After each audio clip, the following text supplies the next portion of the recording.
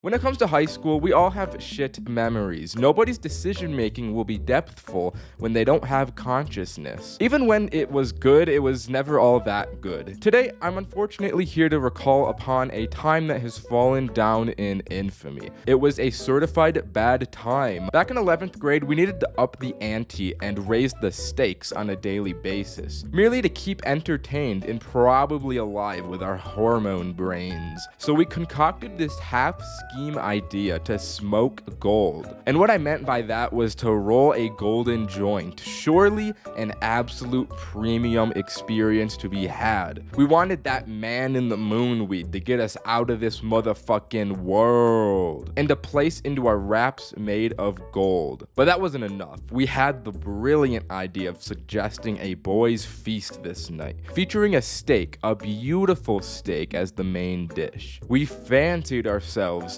sophisticated philosophers and men of taste. The philosophers in question being me, Roman, Roderick, and Adam. Our combined brain power told us we needed to act fast, or else Adam's plug may take a nap. So Adam texted him at lunch real quick to secure a dub before Mans hit his afternoon weed coma. After school, we hopped in the whip and skirted off. Questing with the boys was never any lightweight situation, you understand. A Socratic philosophical debate carried out inside revolving around how much coinage was required for the night's festivities. If we pooled our money, we had $47, which was probably enough to buy the steak and the weed that we wanted. We pulled up to Safeway and parked the whip to commence the shopping. This was my first time buying meat to cook. I didn't know what to look for, and neither did anyone else. We bought the steak, got in, and got the fuck out of there like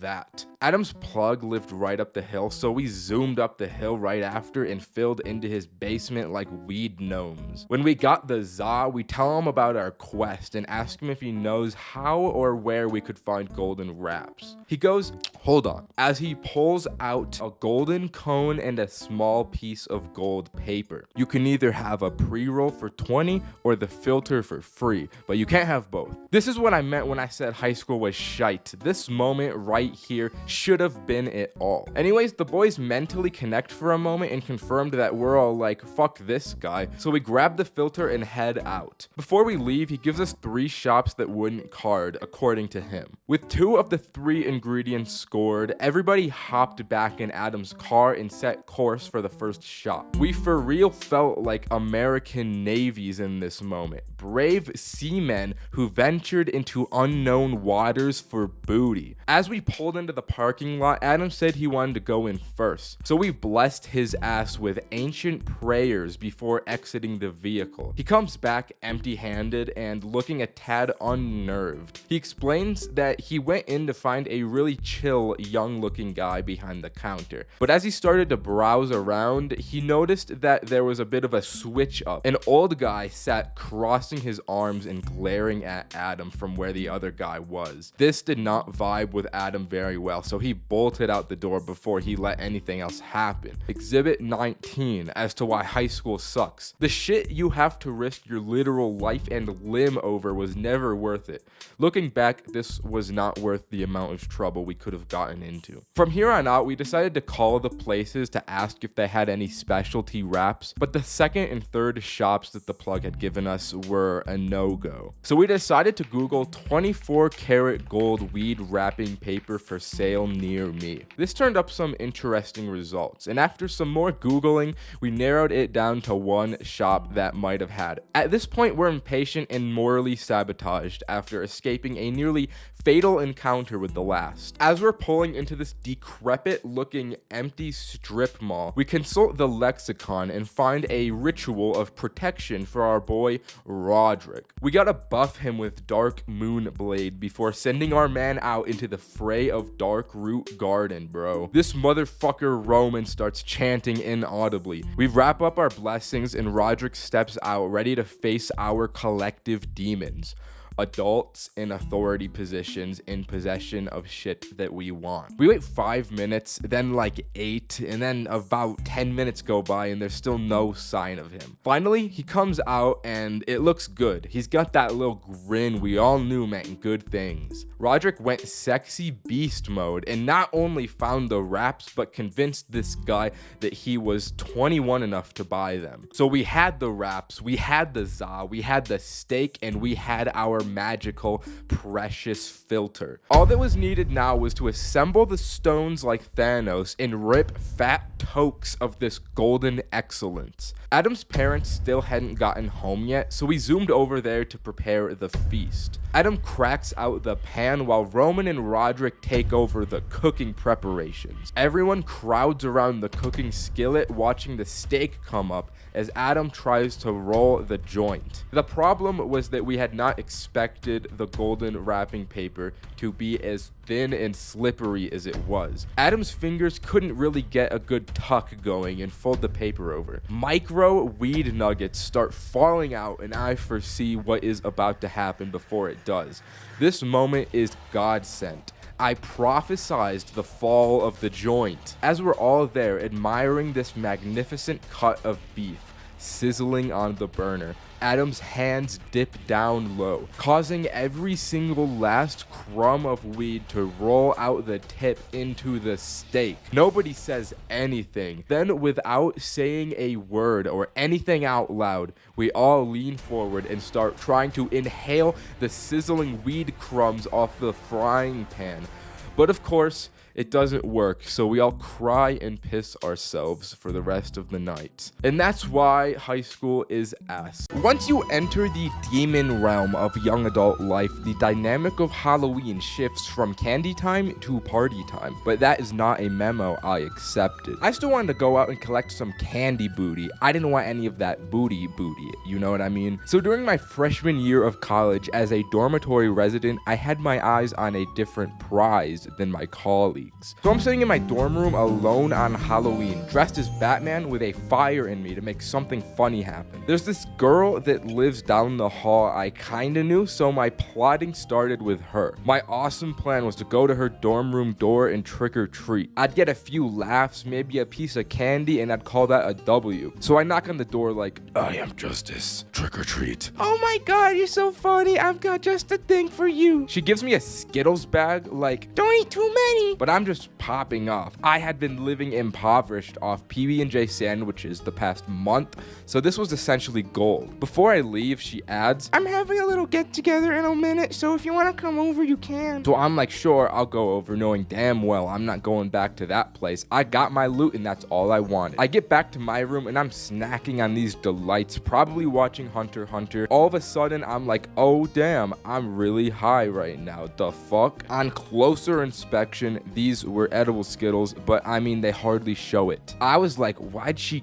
give these to me? Honestly, I was fine with eating edibles since I didn't have anything better to do, but I just thought the situation was weird. So I go back to her room to see if she meant to give these to me, and as I knock on the door, she answers it like, "Oh my god, you came, come on in, come on in." I had forgotten she had a little get together I was invited to, and I didn't want to be rude and leave, so I went in, and when I saw this place, this was not how I imagined her little get together at all. It had to have been some kind of sorority party because there was like 10 girls essentially wearing lingerie, and then me dressed as Batman. They were drinking, playing games, and I'm completely out of my element and pretty high. I'm a married man. I can't be put in situations like this. So I'm like, yo, this party is epic. I'm gonna go get some water. I fill up my glass and just sit at the kitchen counter alone, trying to think of the quickest way to get out of here. I text the big man Adam to come to the door and get me out of here. I give him the room number and I say to just open the door and ask for Batman. But I didn't get a moment to see if he replied because this girl comes up to me and sits at the counter. "Hey, what are you doing over here?" And this is when I made a decision I look back on as highly questionable. I was new to college and I didn't want to taint my name so soon and be known as the Batman guy that sat alone at the party. So what I do is I go full Batman mode and protect my identity by speaking like Batman. "I'm just thinking about criminals, you know. Haha, that's funny. You should come over and play games with us. It may have not been the best decision, but I ate a lot of those Skittles, and these people were drunk enough I could speak like Batman all I want without repercussions. This girl takes my arm, pulls me over to a beer pong setup, and hands me a ball. I didn't want to drink. I'm already zooted beyond belief, so I'm aiming between the cups so that the ball just hits the edge and bounces away. In this whole time, I'm just hoping that Adam got my text and would come through the door and save me. The more I miss, the more these people are chanting for me to get a ball in. Eventually, one of the balls land, I gotta drink it, and they're chanting for me to get more. So I do one more, and then they chant again for me to do one more. They just don't want me to stop drinking and getting these balls in the cups. I realized that this is just gonna keep happening forever, and I can't keep this up anymore. So I used the tried and true stalling method.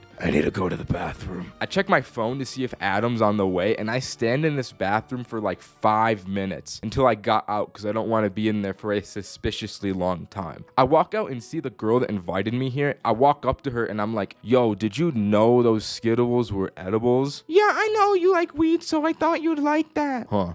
I guess that makes sense. Then all of a sudden, the door busts open. Adam is dressed as an Among Us and shouts, I need Batman! I'm like, duty calls. And the two of us sprint out of the party and back to my room laughing the entire way. Bruce Wayne was safe and back in the Batcave and could watch anime all he wanted without the distraction of sorority girls. I repaid Adam by giving him the rest of my Skittles and I passed out into a weed coma. Alright, that's the story. Subscribe. Bye! Being high and alone is something I like, but you know it isn't? Addiction. And if you're watching this video, there's a 99% probability that we share the same addiction, and that's short form content. I go on these jaunts just about every non-consciously waking moment of my life. So this particular night of me being high and alone served to free me of this terrible addiction because every time I opened short form content throughout the night, I made myself eat an extra edible in an act of hopefully stopping my addiction. But it only kinda worked. Here's what happened. Right off rip, after eating this gummy, I cleaned my entire house. I was an unstoppable force of cleanliness off these gummies. But afterward, I quickly went back to my addiction. Not YouTube Shorts, I mean gambling. This is gonna be huge. I'm gonna open a freaking case, dude. Holy crap. Oh, alright. But I felt that if I was to truly free myself of addiction, I probably shouldn't make exceptions. So I ate another gummy after this as well. Then I instantly opened Snapchat and went onto the shorts because I'm not very smart, which meant another one down the hatch. I had already eaten 3 gummies, so I knew I needed a foolproof strategy that would ensure I wouldn't watch any more shorts. I decided to attack the problem at its roots, which is my attention span. I needed a way to fully reset my mind, and my idea to do so was a kind of strange approach in hindsight. The plan was to sit down in an empty room and just exist with myself and my drywall. I sat there and stared at drywall with as much mental focus as I could possibly exert for as long as I could. I would start to feel my focus wavering periodically. The only thing this ended up actually accomplishing though was giving myself a headache, which is ironically exactly what YouTube Shorts do as well. Alright, so the drywall strat, it's not working. Maybe I just watch full-length YouTube videos instead. Maybe that will fix me. This was a worse idea than the drywall. The YouTube app did that thing where it opens into shorts, so I start watching a handful of these before realizing what I've done. I ate another edible, but to be honest, YouTube Shorts had admittedly fed me some interesting slop this time around. I was watching a big, strong, shirtless, hot man climb a boulder, which got me in a real mood to watch more men climbing rocks. I was relentless with the men rock climbing videos. I watched Olympic climbing. I watched little men climbing. I watched big men climbing. All this climbing made me want to climb myself. So I bought a membership at a climbing gym. I haven't used it yet, but eventually whenever I do, I bet it'll be pretty cool. In an attempt to feel the triumphant victory of climbing rocks, I ended up climbing onto my bed from the floor, which isn't as impressive, but I thought it was pretty cool. Then out of left field, YouTube recommendation threw a real curveball at me. Teen Titans Go movie be magic. This video hit the spot like nothing before. This show is just so goated. I was watching it so involved and entranced by the funniness and bright colors. Although I was really lost in the plot here. I didn't realize this while I was high, but this is actually like 5 videos strung together into one. Somehow I still managed to follow some kind of plot despite there not being one, which is something quite impressive. But this whole time I couldn't stop thinking about how funny Robin was. This dude has to be the best written character of the millennium. I really came to realize the delicate intricacies of his character here. The only downside of this show is that it's bright and fast and really cool. Just like everything else, it was bad for my attention span. I needed to find some other method to fix myself. I search on Google how to slow attention span and find this article. After reading it, at the end they recommend behavior therapy, which I don't need. So the article was shit and it didn't help me at all. Considering that the other things in this article were chewing gum and drinking water, I came to realize after reading this that I'm actually doing everything perfectly and optimally for fixing my attention span, if that's really all it takes. I guess I'm just left to live in torment and evil constantly. Afterward, I went down a massive YouTube rabbit hole, so I'll just give you some of the good ones before I went bye-bye sleep time for the night. And trust me, the last one will change something in you. So I watched how to turn a Lego man into meth. Then I watched pirate videos about how to be pirates. Those ones were pretty sweet. I learned how to become the Pope. I watched this video and legitimately did not listen to one word for the entire 30 minutes. I watched for an hour about the Napoleonic Wars. I've never given a squat about history at all in my life, so I don't know why I watched this, but it was interesting. I found out how to board an airplane. Then I watched a ton of these kid gaming videos and they went so hard. But the biggest video I watched was this one. This video is something special. Anyways, subscribe. Edibles are cheeky little buggers. You never know exactly what you'll get from them. Sometimes you'll eat one and feel nothing. Sometimes you'll eat one and feel everything. And sometimes you'll eat one, think you feel nothing. So you eat another and another until all you feel is pain everywhere. The trick is simply getting them from trustworthy sources and being a little patient with the gummy. But somehow this seems too hard for most people, myself included. I was neither patient nor safe this fateful afternoon, which made for my most intense edible experience ever. Now, this was back in high school, so getting from a reliable source isn't as easy as it is now. Instead of getting the edibles from a dispensary, you have to get them from Howard, a grade above you, that claims he definitely is the Heisenberg of edibles and can cook up the best stuff. It doesn't help that I was surely at the peak of Mount Stupid on the Dunning-Kruger effect curve, where my confidence was at an all-time high with weed and my experience was very low. I was naive in the face of Howard's homemade edibles, so I bought a batch of them after school, took them home for the weekend, and prepared for an epic freaking time while I had the house to myself. You already know, before I ate these, I was showing them off to the boys. I was like, look at the fresh booty this young boy got his hands on. But I wasn't about wasting time. It was business time. It was time to eat the edibles. I started by just eating one of the 4 I had bought. And right from the moment it touched my tongue, I could taste just how weed infested these brownies were. But I got it down. Then with every passing second, I analyzed how I felt. And when you think about time that hard, it makes it feel like it passes way slower than it actually does. What feels like 30 minutes is actually 10, and what feels like a weak edible is actually a bombshell that hasn't gone off. So I thought, this one should have hit by now. I guess it's just weak. If this is how one feels, I can definitely take an extra 2. And we all know how this goes. As all of these edibles hit at once, my body is instantly, essentially paralyzed. I got the cotton mouth of a lifetime, which marked the only time in my life where I wanted water more than pussy, money, or weed. So I just lay here like, god damn, I didn't sign up for this. So I try and roll over to get my phone and text the boys group chat that I was on my deathbed. But my body couldn't roll over without me using 100% of my brain power to do so. As I picked up my phone, it felt insanely heavy. I had the 40-pound iPhone. The phone was just way too heavy for me to pick up, so I was left with one option. I couldn't text. I had to send a voice memo. Yo, guys,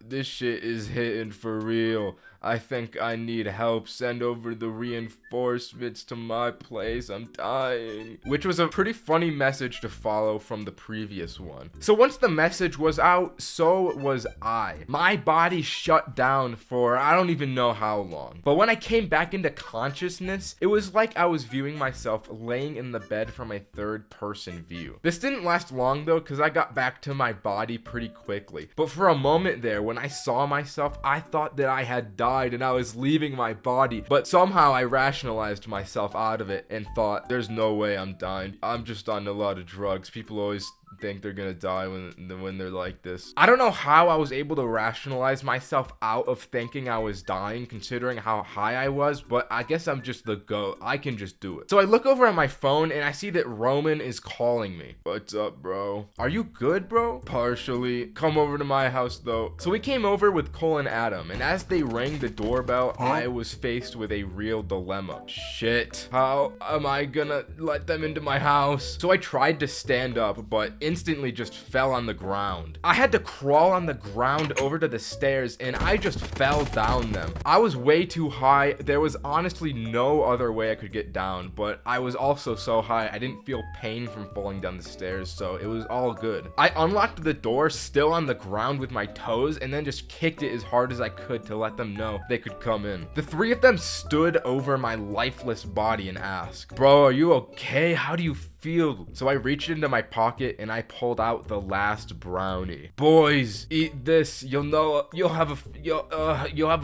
fraction of what I've been through if you eat this. But I need water first. So I get my water, and surprisingly, the three of them just split the brownie and ate it like that. I guess high school boys are just that desperate they go feral at the sight of any free weed. I wanted to be transported to the couch, so I got picked up from my limbs and brought over to the most comfy couch I've ever felt. We turned on the TV and the first channel that was on was Paw Patrol. It was incomprehensible to me. Then I got some of the most devilish munchies in my life. So I postmated Chipotle. But at this time, the three of these boys were also starting to feel the munchies. Despite eating that small portion of the brownies, it was hitting them enough. So Adam was like, "Bro, I'm so hungry." And my high ass replied, "Oh, me too, don't worry. I'm gonna get Postmates." And I ordered another Chipotle burrito for me and Adam, forgetting that I had ordered the Postmates prior. I guess the group of these three guys picked up on this, so they started to get me to order as much Postmates as they could. Once the burritos started coming in, I'm freaking out because I don't understand where all of these orders are coming from. I thought I had discovered a real-life infinite food glitch because 4 different orders and 7 different burritos were delivered to my house. But alas, it was just my friends sucking me dry of every cent I have. So we got all of our burritos, brought them in a big pile, we held our hands around the burritos, and we prayed for this meal.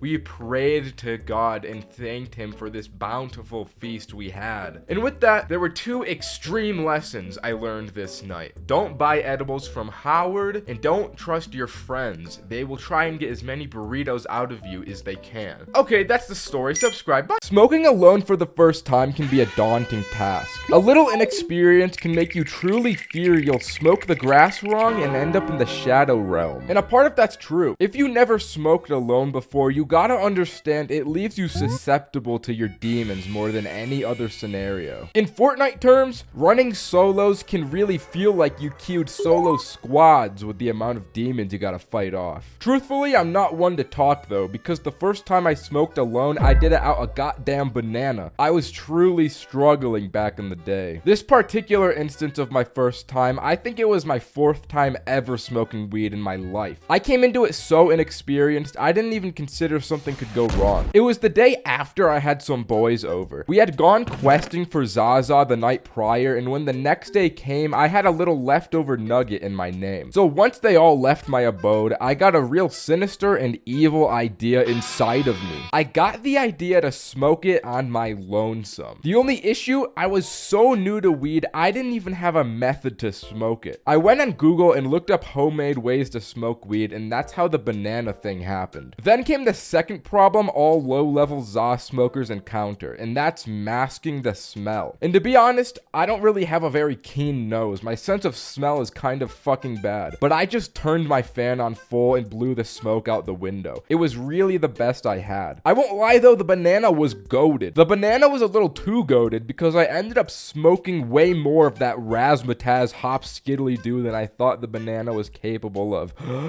I expected some janky doohickey that hardly worked, but the banana method was truly valid. I only took like 2 to 3 hits since my tolerance was so abysmally small. But even from that, I started to see God. The chronic lung pain started to settle in immediately. It was so bad, I was praying to God, like, please Lord, free me of this pain. I didn't mean to smoke this weed. It was an accident. I really don't know how this happened. I was in recovery from this for like half an hour. I straight up thought it would never end and my high would be ruined because of it. So once I healed, I went on TikTok to rot myself from the inside out. But in my scrolling, there was one video that really stood out to me. It was specifically this one image from the video of a Lego Star Wars man. I stared at this picture for like 20 minutes, completely dumbfounded and in awe. I couldn't comprehend this Lego man, and it just didn't look right to me. So I did my research and watched the entirety of Lego Star Wars Episode 3 until precisely 12 minutes and 8 seconds into the video when I saw him. This is not the same as this, and it fucked me up. Immediately, I called Roderick like, bro, they fucking changed him, bro. What are you talking about? This Lego guy, he's not the same. They changed him. You have to come over right now, dude. I'll show you. So Roderick heads over to my house while I cannot comprehend why they changed a Lego man. He pulls up and I get the text that he's outside, and suddenly my brain does the Vine boom sound effect. Wait a minute. If I gotta go get Roderick, that means I gotta go through my house. That means I could be seen by my very own mother. I looked in the mirror to do a quick checkup, and bruh, my eyes looked like Squidward when he said, I'm all out of money. And I had no idea if I smelt or not. So I sprint downstairs as fast as I can, acquire young Roderick at the door, and take him into my room. Almost immediately, he's like, hey bro, it smells like weed in here. And my brain goes Vine boom sound effect with extra reverberation and bass boosted. Ain't no way, bro. Please say you're joking, bro. I can't have that be the truth. Nah, dude, it smells like weed. I start to panic. I don't know how potent the smell is, and I don't know if the smell had leaked out when I left my room. Now the objective has changed. It's no longer about Lego men anymore. It was about getting rid of the smell as to avoid getting a beating. I showed Roderick the banana, so he took it from me like, alright, this makes sense. The source of the smell has got to be coming from this banana. So what do we do about it? Give me a lighter. Oh, alright. And Roderick starts smoking out the banana, not before eating the whole thing. Eating that banana is just downright awful. Alright, dude. Now the source of the smell is inside of me. So as long as I don't open my mouth very much, it can't get out. Oh, wow, bro. That's genius. I didn't know you had this much intelligence. Hey, I'm not done cooking yet. We gotta get the smell out of the atmosphere now. The atmosphere? Yeah, dude, the atmosphere. Go get a vacuum. Go get a vacuum. So I run and get the vacuum, and then bro turns on the vacuum nozzle and starts attempting to suck the weed smell out of the bedroom's atmosphere. Wait. That vacuum is too loud. It's gonna bring suspicion to the noise. Oh, damn. Good thinking. And in an attempt to soundproof my bedroom, me and Roderick take my bed mattress off the frame and push it up against the door. Once we had thoroughly sucked all stench from the atmosphere, Roderick was like, alright, we gotta vacuum the floor now because the odor can trap itself in the carpet, so let's suck it out. So then we vacuumed my entire bedroom. Our soundproofing was apparently not good at all because all of a sudden my mom opens my door to see what all the noise was, and the mattress falls on Roderick. What's all this noise? Oh, you know, I'm just cleaning my room.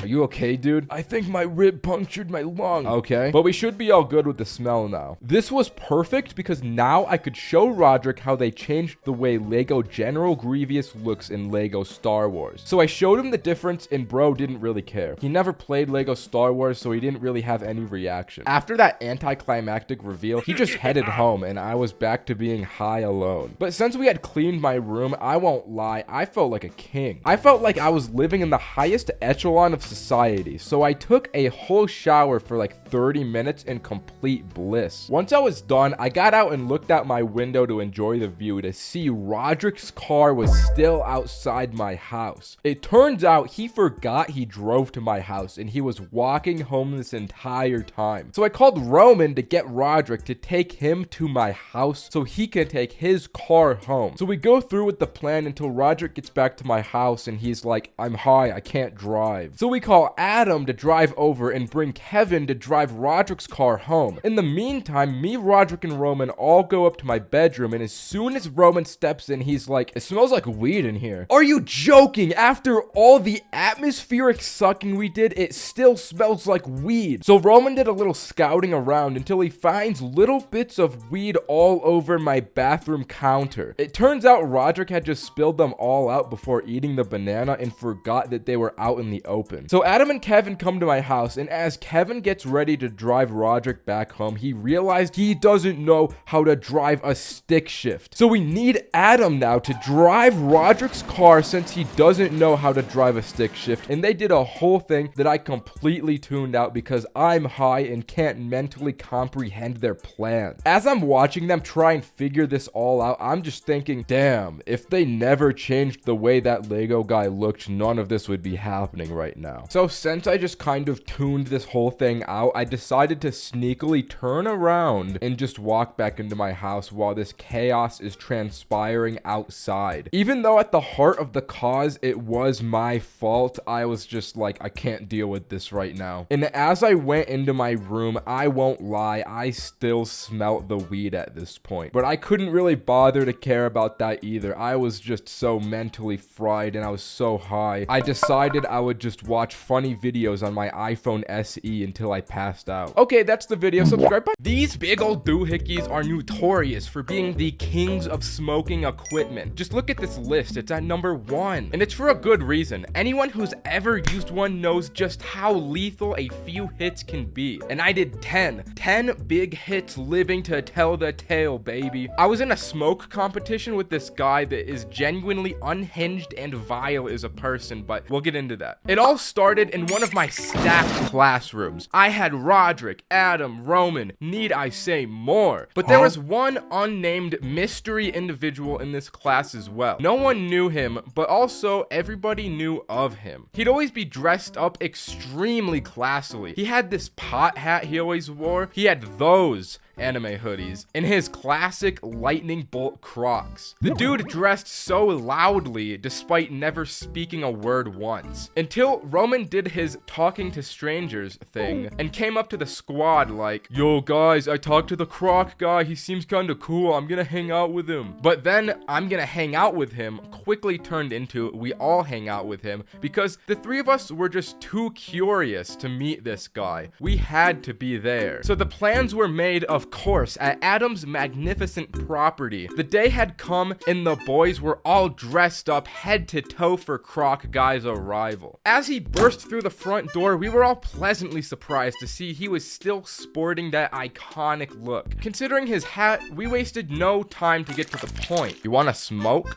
Sure. So we get the equipment and all tiptoe downstairs ready for smoke time. So how often you smoke that epic, bro?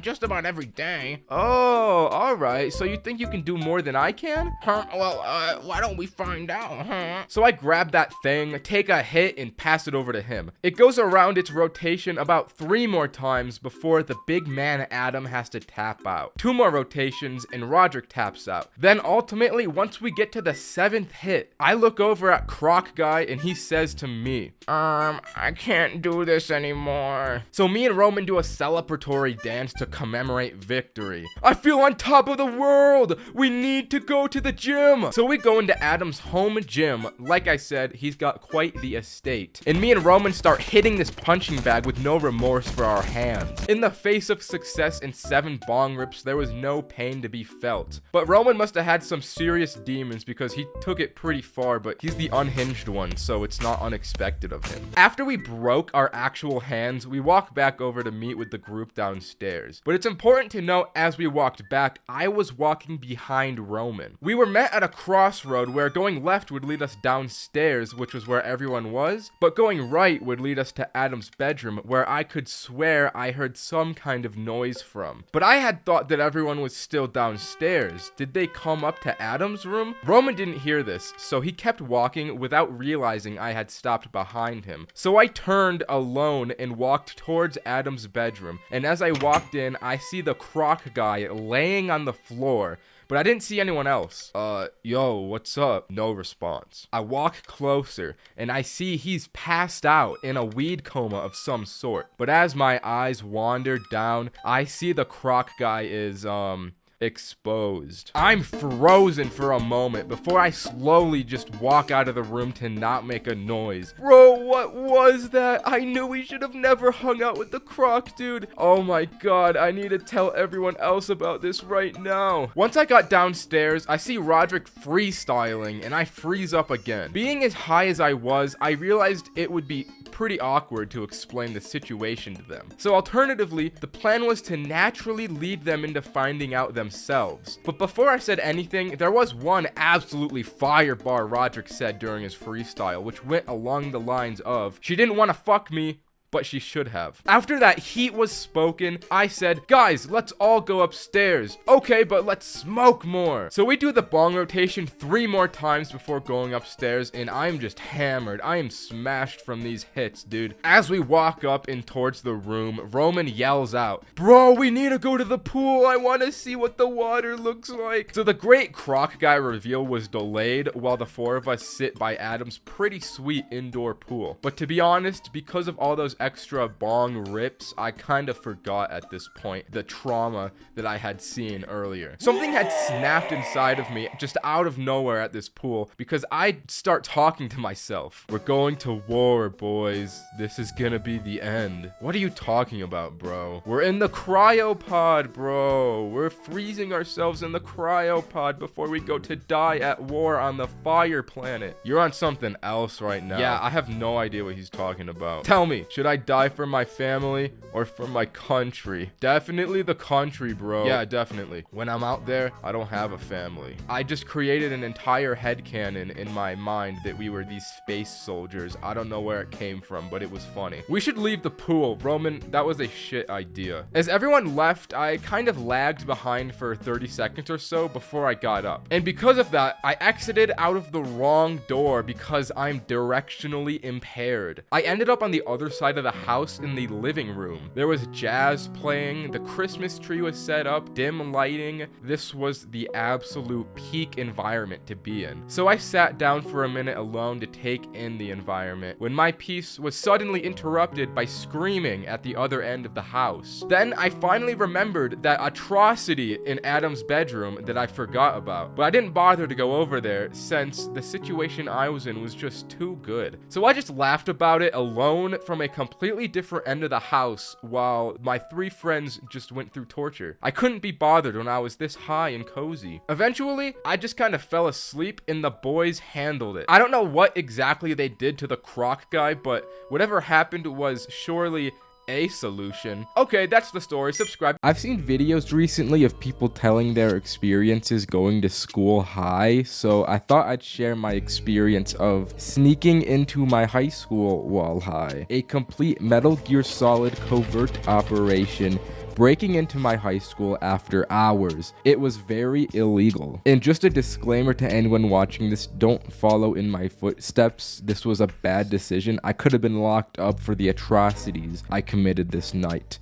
and I can't go back, bro. This story starts on a summer afternoon of my senior year. I was at my boy's birthday party. We'll call this particular birthday boy Cameron. There was a handful of others there, but they weren't particularly important to the story, so we'll just call them anonymous individuals. The vibes were peak, and we were out grilling in the backyard, making some of the best food known to man. For Cameron's birthday, his parents got a hotel so that he could invite as many people over as he wanted, which, as you know, means the night came and so did that gas. And for Cameron's birthday, you know we all had to turn up and smoke until we forgot who we were and why we were there. People were throwing up, and at one point, I swear this guy just started playing Valorant for no reason. Shit was just happening, and it was a good time. As it got pretty late into the night, people started to wind down, but I was still feeling a little nefarious, as I do. I asked around if anyone wanted to go for a walk, but everyone was pretty gone, so this walk of mine became a solo mission. Something about Cameron's house is that he lives about a block away from the school, and I hadn't been there all summer, so I thought it would be fun to walk around the school grounds. And I won't lie, even though the neighborhood is pretty safe and it was only a short walk, being all high and alone at night was starting to get me a little paranoid. It just felt a little too quiet for me, but I think that was really just the weed talking. Also, an important note to add is that my high school is kind of set up in a weird way. There's a main building to the place and a few separate buildings for the classes, and the rest is entirely outdoors. There's no hallways, which made sneaking around the cameras pretty easy because I could just come at the building from any angle. And since I had been going here for a few years, I knew where all the cameras were located at anyways. Despite having this knowledge, my high ass decided to walk straight through the front entrance where there is a camera directly pointed at me. I walked down the center of the courtyard of the school and just tried to open the front door. I could not have been less covert. It was like I did everything in my power to be seen. I don't know why opening the front door was the first thing I did either, because breaking into the school was not my original plan. I just started wanting to get into the building. Eventually, I went over to the side entrance of the building, and for whatever reason, it was unlocked. So I walked in, and it had a very similar feeling to walking into a Toys R Us as a kid. I knew I wasn't supposed to be here, and that made it so much more fun. As I walked in, I passed right by another camera, but I really just didn't give a fuck. I'm pretty sure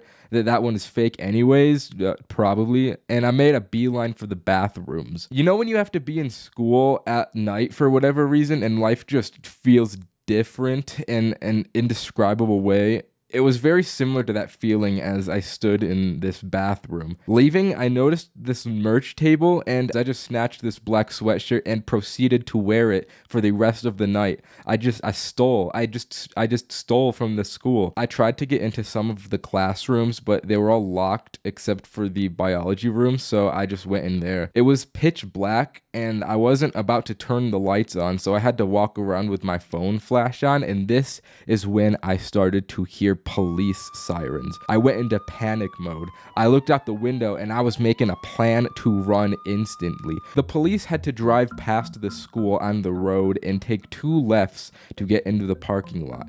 If I see that first left, I take the back exit and run into the forest, which should give me enough time to escape to the park and back home. I just gotta hope that they don't check the cameras and recognize my face, and then that was when I was like, oh shit. Even if I did run, I still have this sweater on. There's physical proof that somebody has been in here and they're gonna know it's missing, check the cameras and find me, and I can't go back to jail, bro. And then the police didn't take the turn and I was chilling, but I was still on my toes. I did a little peeking around and eventually struck gold. I found the crate that had all the Chromebooks and MacBooks, as well as another backpack filled with them. It took every fiber in my body to not steal this laptop, but I decided to put it back so that I didn't face jail time because I just can't go back, bro. There was probably like $500,000 of equipment that I could have just stolen in that room, which is crazy. And I wanted to take something, so I just snatched this little 3D printed astronaut, and I actually still have it with me now. I left the classroom and tried a few other buildings, but they were all locked, and I was getting a little sussed out at this point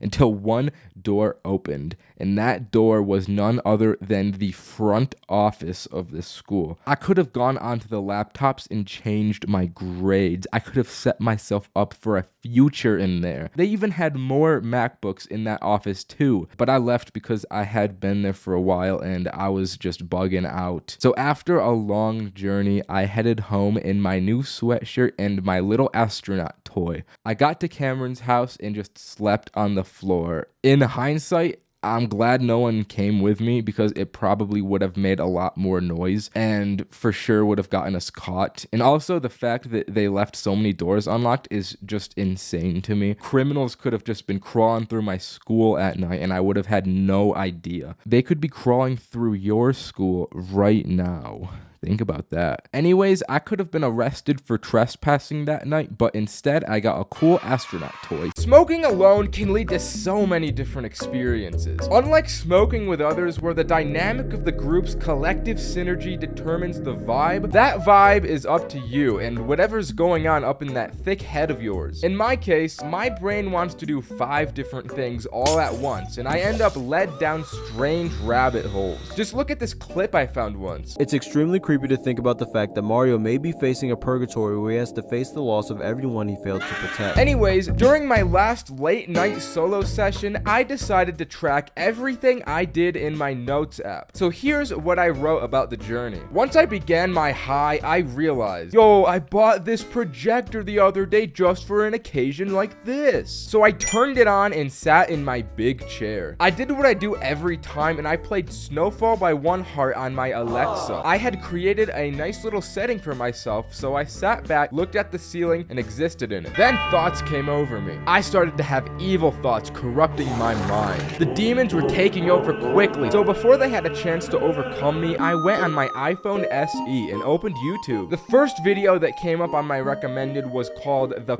Quiet Sadness of Mario Galaxy. And after my demonic ordeal, I thought to myself, that's just like me, I gotta watch this one. But as I clicked on the video, I got an advertisement for Pizza Hut's new melts and instantly forgot about everything else. In this moment, all I wanted was to taste these delicious, cheesy new Pizza Hut melts. They looked so unequivocally delicious. All other foods paled in comparison to the melt's greatness. So I clicked on the ad, which sent me to a screen that asked me to make a Pizza Hut account to continue. I tried for like 10 minutes to make an account to no avail until I saw there was a guest option. But if you're a guest, you still can't order Pizza Hut. God damn it, I can't take this anymore. I'm using Postmates. And then I suddenly got an earth-shattering text message from Roman. Bad news, y'all. My parents are getting a divorce and my dad's in jail.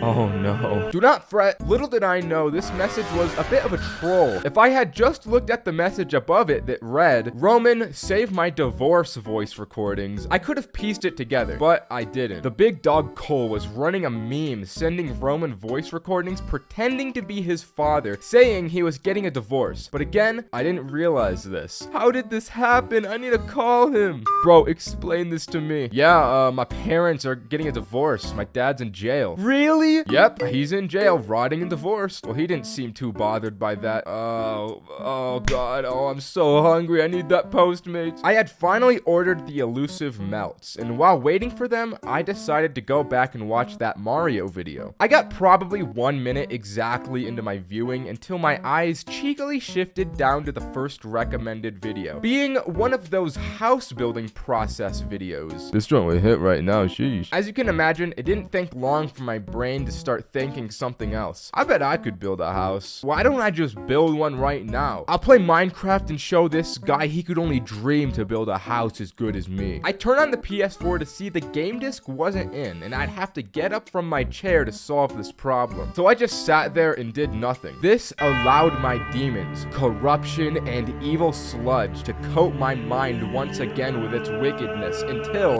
Pizza time! Pizza time! Forgetting the existentialism, I instantly ran to the door to acquire the payload. It seems it was just a little too fast though, because as soon as I opened the door... Thanks. It was finally time. The moment we'd all been waiting for. All the blood, sweat, and tears were about to finally pay off in this massive climax of an event. This looks so good. Holy. I took the first bite of the most heavenly food on the face of the planet. It was exactly what the commercial had promised. This melt was quite literally busting in my mouth with every delicate and cheesy bite I took. I devoured the entire thing in roughly 1 minute on my beast mode savagery, and then threw myself back into the big chair. I was finally determined this time to finish the Mario video. I wasn't about to let anything stop me. So as I unlocked my phone, I saw it was still on that house making video, and I remembered Minecraft was waiting for me. But this time, I was changed. After devouring such a great melt, I was feeling formidable and brave enough to get up and put Minecraft into the PS4. I perfectly executed the operation, loaded up a new world, and after 20-something minutes, I made myself the most generic wooden plank house imaginable. Feeling pretty good about this, I opened my phone again, disliked the house building video in an act of ownage and deviosity. Then I got back to my Mario video. Realizing how awesome I was, I felt I couldn't fully relate to the themes of this video as well as 30 minutes ago me would have. But regardless, I watched the whole thing and only paid attention to the visuals and the music since it was all very cute. It was just so nice seeing all of these bright colors and peering into the endless depths of space while listening to the music that by the end of it, I was feeling a tad sleepy. I stumbled my way back to my bed and lay down. As I was falling asleep, I felt as though I myself was drifting through space just like the Mario man himself. It was truly serene. Okay, that's the video. Subscribe. When I was a kid, I really thought that quicksand in the Bermuda Triangle would cause a lot more problems in my day-to-day life. But that's just how it goes in a stupid child's brain. The only thing that kids truly understand is that hamburgers and cheeseburgers go well with fries. So I ended up adopting some pretty brain-dead fears. And with brain-dead fears, we can conclude brain-dead solutions follow. I thought it was gonna be any day until a criminal broke into my home and held my entire family at gunpoint. But this was a usual for me, and I had a game plan prepared in case this very situation happened. I knew eventually the criminal would come looking for me in my bedroom, and so before he did, I would open my door to get perched up on top of the door, hiding in the corner. As the criminal starts to enter my room, I would jump onto his head, put my hands inside of his mouth, and scratch the roof of his mouth as hard as possible. This was the most effective method of inflicting pain I could think of. Unbeknownst to my stupid ass self is the counterattack of the criminal simply biting my fingers and shooting me dead. But that's just an example of how my brain used to think. Now imagine putting that same kid onto the internet with no external moderation. The day's inevitable he gets traumatized when stumbling across Teletubbies get owned by Darth Tubby. This video is so funny now. The way that they scream and weep makes me laugh. But back in the day, I was genuinely disturbed by seeing the innards of a Teletubby. I thought Darth Tubby was gonna come for me, and if you look closely,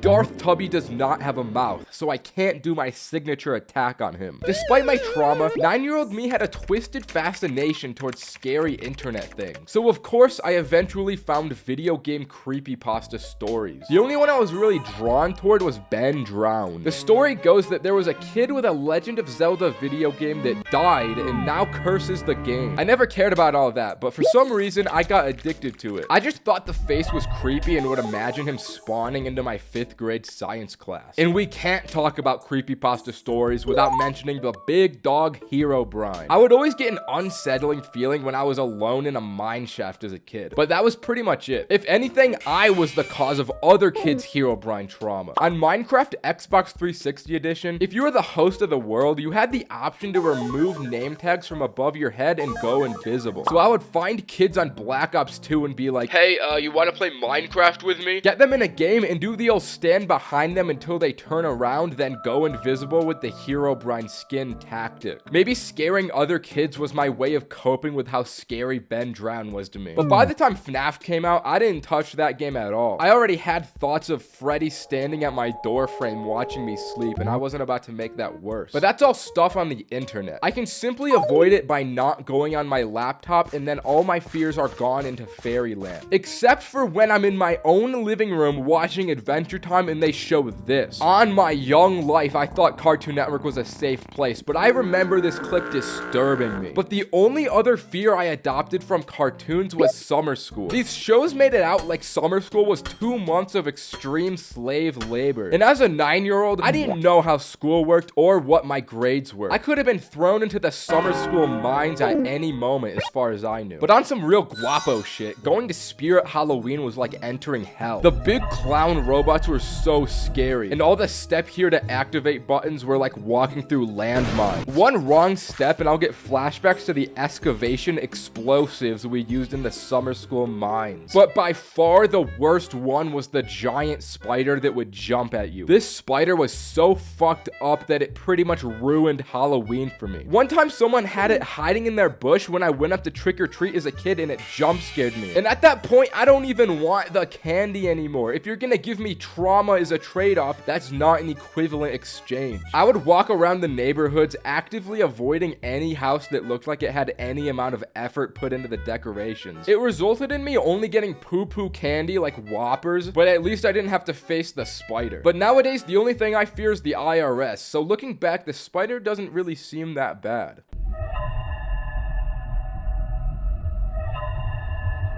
Encounters with the police are always anxiety-inducing, even if you're innocent. You never know if you're gonna get shot in the head on site with their guns because they're feeling a little bloodthirsty and want to kill that day. If you've ever had an encounter with the police when you've got something to hide though, when you got dirty hands and you see those lights, you go into fight or flight. It could very well be the end. Now, I had a little cop altercation recently and it had me shitting myself backwards. So I thought I'd tell the story today because it was very goddamn scary. So I'm chilling with my man Roderick and we gotta head over to my boy, we'll call him Adam. We had to go over to Adam's house because I had left a little jar of mushrooms over there the other night. I had to go over there to pick them up because he was gonna go out of town the next day. So we drove over to his place and we ended up going for a little walk while we were over there. I won't lie though, during this walk through the late night suburbs, we were partaking in some gas, some weed, some za, some goody good. You know, we went around for a bit, it was fun, but by the time we got back to his house, we wanted a little more walking. We were fiending for the walk. We decided we would drive over to the college campus and peruse around that place for a little bit. Now, I wouldn't trust myself to drive a car while high. I know people are about to say that's irresponsible, but this is Roderick driving the car we're talking about. He's high just about every waking moment of his existence. He's good. If he couldn't drive a little high, he wouldn't be able to function as a modern human. And the streets are empty past 9 p.m. where I live, so you'd be hard pressed to even find another human person. So I got my little mushrooms and I was going to put them in the glove box, but my dumbass couldn't figure out how to open it, so I decided to put it in the tunnel console. This seems like a pointless detail, but trust me, it's important. As we were driving to campus, we saw some dude getting pulled over, and then we saw another dude getting pulled over, and then we saw the police lights light up right behind us. Adam was lighting up a joint at the time, and we were also all high, so our hearts sank. But it turns out he was only pulling over the car behind us.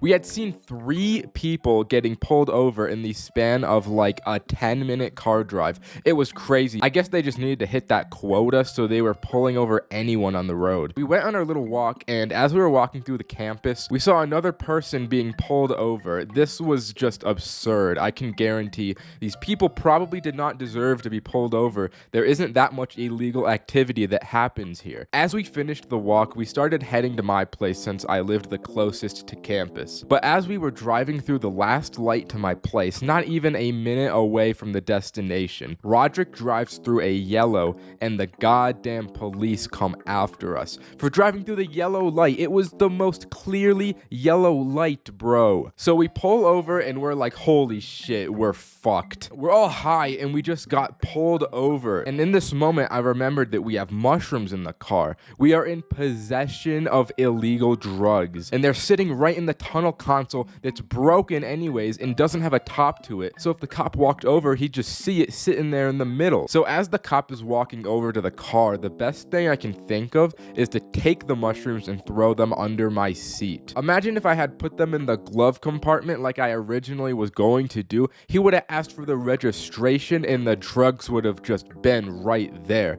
Luckily, I was a stupid, silly little guy this night, and I couldn't figure out how to open it. He comes up to my window, even though I'm the passenger, and he shines his flashlight right in my face, and he's like, "You ran a red, man." He asked the usual questions like, are you under the influence and do you have weapons? Roderick says no to both of these, even though he's high and has knives in his car. I don't even know why he lied about the weapons, dude. He just did. So he goes back to his car for like 20 minutes while he checks the registration, and the 3 of us are just sitting in silence the whole time. The air was thick. It was a loud silence.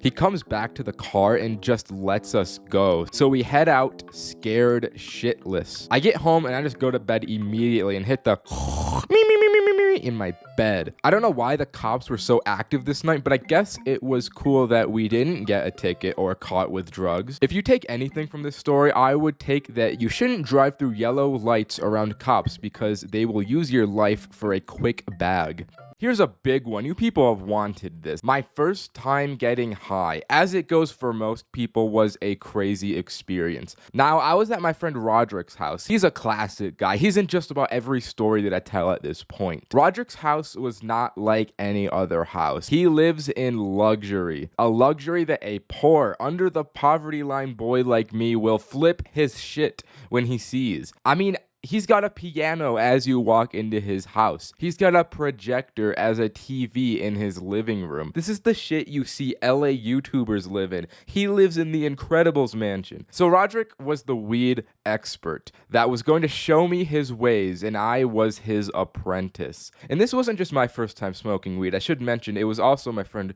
Roman's. The 3 of us were all sleeping over together this night inside Roderick's nice-ass house. Roderick was the real homie this night because he said, we can't just smoke a wax pen on both of your guys' first time. We gotta get our hands on the real stuff. What we had to do first was acquire the weed because we didn't have anything at this point. So we were going through the process of asking everyone that we knew on Snapchat if they knew somebody that sells weed until we finally landed on one guy. We pull up to his place and it's not scary at all. But this is my first drug deal. I'm anxious in my mind. What if this dude's got a gun? What if he kills us in cold blood? But then this dude comes out of his house with these big ass goggle glasses. He looked like a real dork.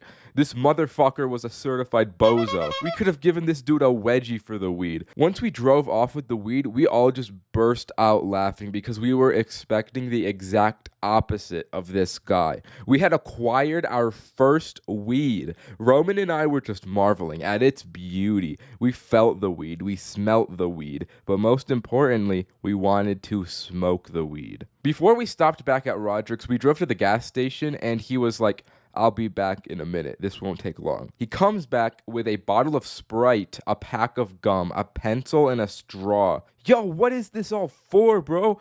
You'll see, bro. You will see. So we drive back to Roderick's place, run to his bedroom, and assemble all of our stuff. Roman and I just sit back while Roderick works his magic. He drinks the whole Sprite bottle, takes a gum wrapper, and wraps it over the top. He pokes some holes in the wrapper, and then he stabs the side of the bottle and sticks a straw in. And just like that, we had our own homemade bong made. It was a pretty jank way to smoke weed, and it didn't work all that effectively, but we had to make do with what we had. We were on limited resources. So we smoked out the Sprite bottle. And I don't know what was in this weed, but it affected Roman and I in a way weed has never before since then. In my going for a walk on mushrooms video, I mentioned how the mushrooms made my vision like in Minecraft, how your FOV can increase. In my experience, that's pretty usual for mushrooms, but this was the one and only time that I've had this effect solely from weed.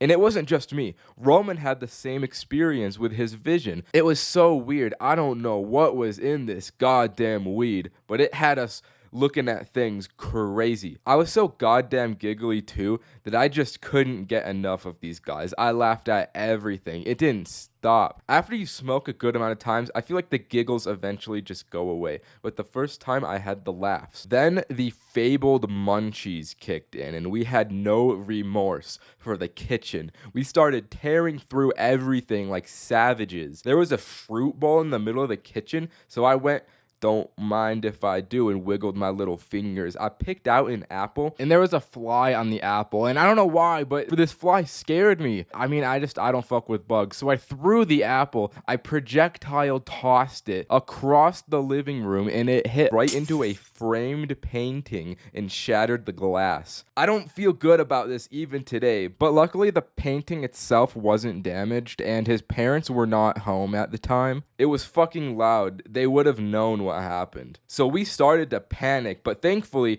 Roderick is the real homie because he vacuumed up the glass for us. Lord knows, neither of our asses could have functioned a vacuum in our current state. And by this time, I started fucking up the Pop-Tarts, and I just forgot about what happened. I wasn't joking when I said we were savages. We were on a real ruffian shit. Roman went back to the room first with his snacks, and as I followed behind him, I entered the room to see that he was unclothed. He was only wearing his undies. He was sitting on Roderick's bed, eating a family bag of chips and watching YouTube videos. I feel like it's almost a universal experience where people smoke weed for the first time and search videos to watch while high on YouTube. And the same videos always just come up too. I know that you have seen this cartoon before. This video had us mesmerized. It was beautiful. We went on a YouTube binge for like over an hour or so, and I couldn't tell you how it happened, but we eventually ended up on Diary of a Wimpy Kid YouTube. We were just enjoying some classics like Greg Heffley is a Sociopath. After we got bored of YouTube, we put on some lo-fi beats, and Roderick had this light projector that put stars all over the walls, and we fell into a slumber. I was paranoid the following week or so because I thought his parents would have noticed the painting frame that I broke, but they never really did. Because of me, there's a painting with no glass in his house, and to this day, nobody has really noticed it at all. So that was the story of the first time I smoked weed. Okay, bye-bye. Back in high school, the struggle for just a smidgen of change would lead people down unspeakable paths. I'll admit, back in the day, the grind for a pretty penny got to me. I saw bad things and did bad things I'd never forget. Today, I'm here to share how I slung drugs out on the courtyard, created an empire, and how that empire was suddenly pulled from right under my feet. Like anything ever, this operation was conceived out of an idea that sprouted out from desperation. A desperation me and the big man Cole were facing. Financial insecurity in the face of college. We wanted a little more bread before we went off to uni, and almost like fate, we had an idea come to us from pure happenstance. It was a sleepover night with the two of us. 9 p.m. was approaching. We had to be up by 5 a.m. for gym time, and we weren't tired. We consulted the melatonin gummy jar about this issue, and we both ate like 4 of these gummies. We lay down in our separate beds, and once the effects started to hit, we realized the gym may not be happening. Bro, are you still awake? Yeah, bro, I feel high. Me too. Something that must be understood is that the chemistry between me and Cole creates one of the greatest minds for business. We had realized, dude, we don't need to buy edibles to get high. We just need melatonin. This then advanced to, if we don't need to risk buying illegal drugs, then there's no risk in selling these either. And then we have an entire school of customers that want weed but can't safely acquire it. And finally, we need to sell these to the freshmen. If we could trick one high school freshman into believing these melatonin gummies were edibles, he'd tell his friends, the business would grow naturally, so would our pockets, and we would have a solid amount of money when starting college. When the next day of school came around, we had a plan. All that was needed was a freshman to take the bait. During lunch, we both sit at a table beside a group of freshman kids, positioning ourselves back to back with another table. We start talking. Man, I cannot believe we got all of those edibles. I know, right? They hit so hard, bro. They felt so good. Yeah, that was like a life-changing experience. I think everyone has to experience this stuff. We were clearly talking loud enough for this table to hear us, but no one was biting. We had to take a more active approach. I leaned back and asked, hey man, have you ever done edibles before? No, why? I got a ton of edibles the other day and I'm looking to sell. You want to buy? Let me think about it. This kid talks with his table for the rest of lunch until the bell rings. As everyone's walking away, we stop him and ask, so you interested, little bro? Kind of, but I don't have any money on me. This was an inevitability we foresaw. So I hand him 2 melatonins. How about these ones are on the house? You can do it with one of your friends. Let me know how it goes. And just like that, we got the ball rolling on what would eventually secure us future financial stability. After about a week, this kid comes back to us saying how awesome it was, and he and his friend got so high they passed out. He wanted more, and this time he brought money, so we sold them to him $15 a pop. As the school year went on, word spread. Eventually, we had a whole section of the freshman year class hitting us up on the daily for these melatonins. But while our pockets grew, our hearts would shrink. The two of us had a real friendship that grew with the original kid, and he had no idea. That bond was built on a foundation of lies and deceit. We had to really ponder the ethical justifications of our scam. Was lying to all of these people justified if we were providing them with fulfilling experiences? Was ignorance truly bliss, and did they deserve to know the truth? It felt wrong to leave for college, abandoning all these freshmen behind in a haze of lies. They deserved to know, so me and Cole had the plan to tell them on the last day of school, and we'd use the money they gave us to buy real edibles for them and make up for everything we did. It was a solid plan that would lift the baggage off of our souls, so as to avoid carrying this burden throughout our lives. But things did not go as planned. Spring break hit, and so did COVID. We never got to see those kids again, and they still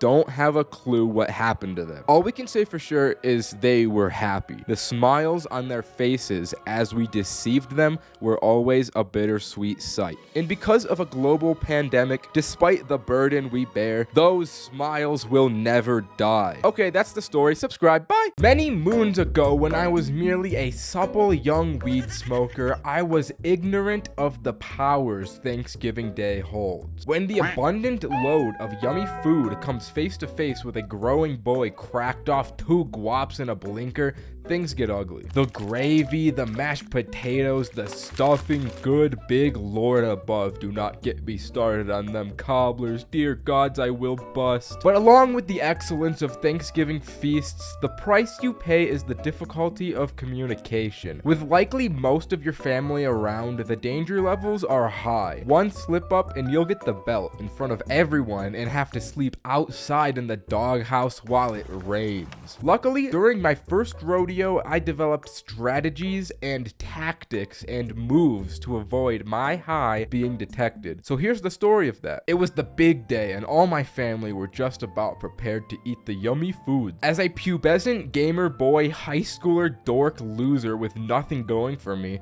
I wasn't downstairs with them. I was locked in my bedroom, grinding Destiny with the only distant family member that we all know. It was the cousin, the top G of Thanksgiving. He hits me with the classic, "Hey, let's go for a little walk before we eat." But my arrogant ass didn't know this code at the time, so I'm like, No, I want to keep playing Destiny. so he shows me he's got that stizzy on him. Big cuz came to my crib with the strap and I go primal. Ooh, ooh, ooh, gimme. Bro, I need the weed so bad. I haven't smoked in 3 millennia. All right, let's go on that walk then. We go downstairs, walk past my entire family, and I'm thinking, oh, they have no clue what I'm gonna do. All right, guys, we're gonna go on a quick walk. Yeah, a real quick one. We head down a few blocks and cuz starts chafing the stizzy blinker after blinker like he weddy on the check. Like he's got 50 perks on the line and he's down a guap. No remorse for his soul and humanity. Bro smoked himself hollow like I've never seen before. After a display like that, I felt the need to do at least something that holds a candle to it. So I hit the stiz on God mode and I get sent out of my body. All that training had paid off because I sucked the souls out of this pen like a Division 1 football player. We have to get home since dinner was soon, but as we head back, I can't walk straight or keep my mouth shut. I'm laughing at literal nothing, staring down at asphalt and laughing. My cousin tries to bring me back into sanity by looking me in the eyes and saying, "You gotta get a grip, man. You can't be like this in front of everyone. It'll be way too obvious." "Nah, you got it all wrong. I got this. Trust me. When we get in there, I won't slip up." As we walk through the front door, I get hit with the real life mental version of the Vine boom sound effect. I was too high to think through the danger I had walked myself into, and I knew I could hardly speak. With no choice, I sit down at the dinner table and thought to myself, all right, I need to create a plan for when I'm asked a question. I can't take too long to respond or it's sus, but because the weed, I can't think fast enough to actually respond normally. So I need to use filler sounds and words to make up for my brain lag. I need to prove I'm sober by speaking well-articulated sentences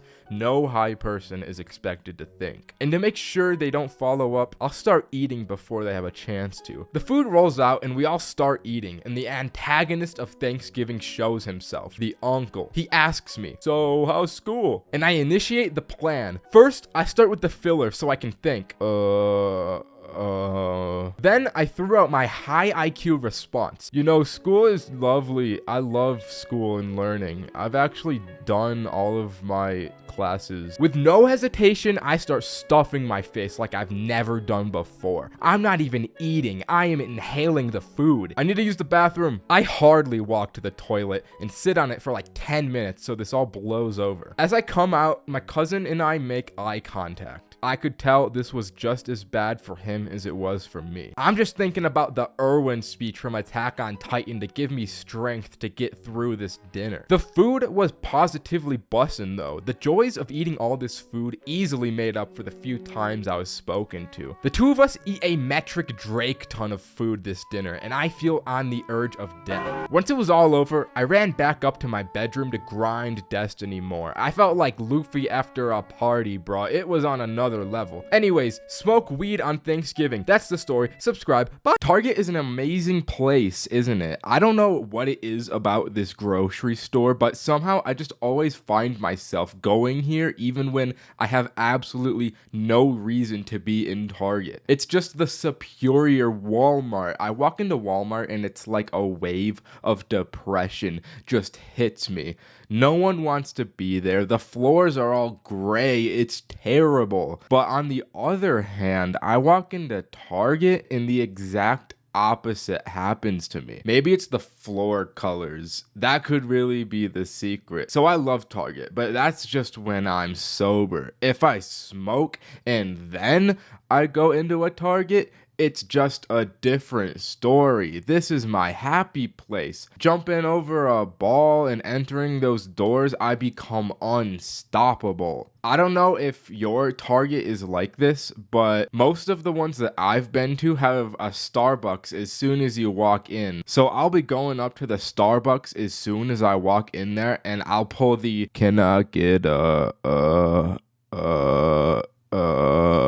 and I just can't help myself to eat one of those ooey gooey delicious little pastries they sell there. I end up buying one of those caramel ribbon crunch frappuccinos and drink the whole thing while I'm in the store with no regard to the impending diabetes that I'm going to have. I end up getting super high and cracked off this caffeine, and I've just started. I just walked through the doors and I'm fucked. I don't know if other people experience this, but whenever I'm in a public grocery store while I'm high, I just walk around with a big smile on my face and I can't control it. I don't want to be walking around with this big ass grin. I try and resist it, but it just can't be stopped, which becomes a problem because when you're high in public, you don't want people to know you're high. Me especially. Even if I'm chilling at home and I'm high, I try and keep it from everyone. It's just like an instinct. I have no reason to do this. I just kind of do. So I'll just be in Target feeling like I'm the most suspicious guy on the planet because of this big ol' smile. To be honest, I probably am. I mean, people see me, they perceive me. I probably am sus as hell. And that's why you gotta wear a mask when you go out high. That's a little wisdom for you. Despite being an adult man, the first place I'm gravitated to is, of course, the Lego aisle. I know I'm not gonna buy any of these Lego sets too. They're way too expensive, but there's a strange enjoyment in just staring at them. Maybe I'm imagining me having them and that's enough to satisfy me, or it could be that I'm reminiscing on the long lost childhood wonders these blocks once gave me. Such a pure joy that could never be recreated in my current broken state. But either way, I just like looking at the different Lego sets Target has. And I always find myself back in the exercise equipment section as well. You know, where they have those weird curvy sticks? I have no idea what these are supposed to do or what they are, but I always pick it up and just mess with it. You know, I'll poke my back a few times with it and just put it down, as confused as I was the last time I tried doing this. And it's always a Target tradition to try and curl the 40-pound dumbbells. You just can't resist the masculine urge to curl the Target 40-pound dumbbell. I'll be in the aisle getting an entire workout in. And don't even get me started on the big ball bin. I be bouncing them big balls through the halls. I just be bouncing them balls all I want. No one can stop me from bouncing the big balls. I never buy them though.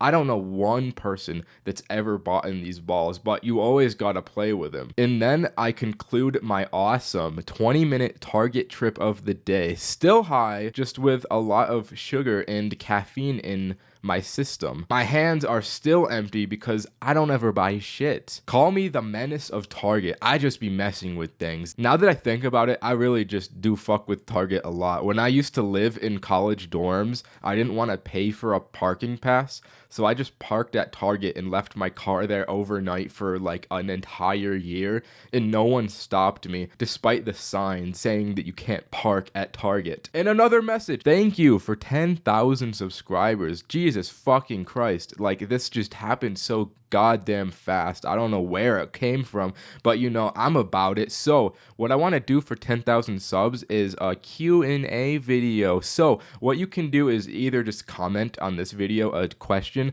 or I made a community post. You'll probably have more luck getting it answered if you reply on the community post rather than the comments, but you know, just go ahead and do that. Okay, bye. Smoking the grass is unironically my career at this point. So you'd think I could hold my own against a little something, right? But this New Year's, I had a man of very high stature and business class offer me some za from his world. And it was like nothing I had ever done up until that very moment. But like I said, it was New Year's. The whole gang was downtown following Roderick around like little baby ducks because he supposedly had a surprise for all of us. So once we all get to the square where the ball drop was going to happen, he leads us all into an office building and up this elevator. Are we even supposed to be here, dude? I don't care. I literally was not asking you. Bro, get me out, sus, get me out. Gentlemen, trust me, we're good. Now collect yourselves and become presentable. We get to the top floor and step into this massive office building overlooking downtown. To my side, there's a table covered with tons of different drinks. Yo, what is this place? It's my parents' office, lads. And then out of the corner of my eye, I see him. It's big man Roderick's very own father. But he explains to the group that throughout the night, all of his lawyer and business friends would be coming through, and that we were all welcome to as many drinks as we wanted. So the boys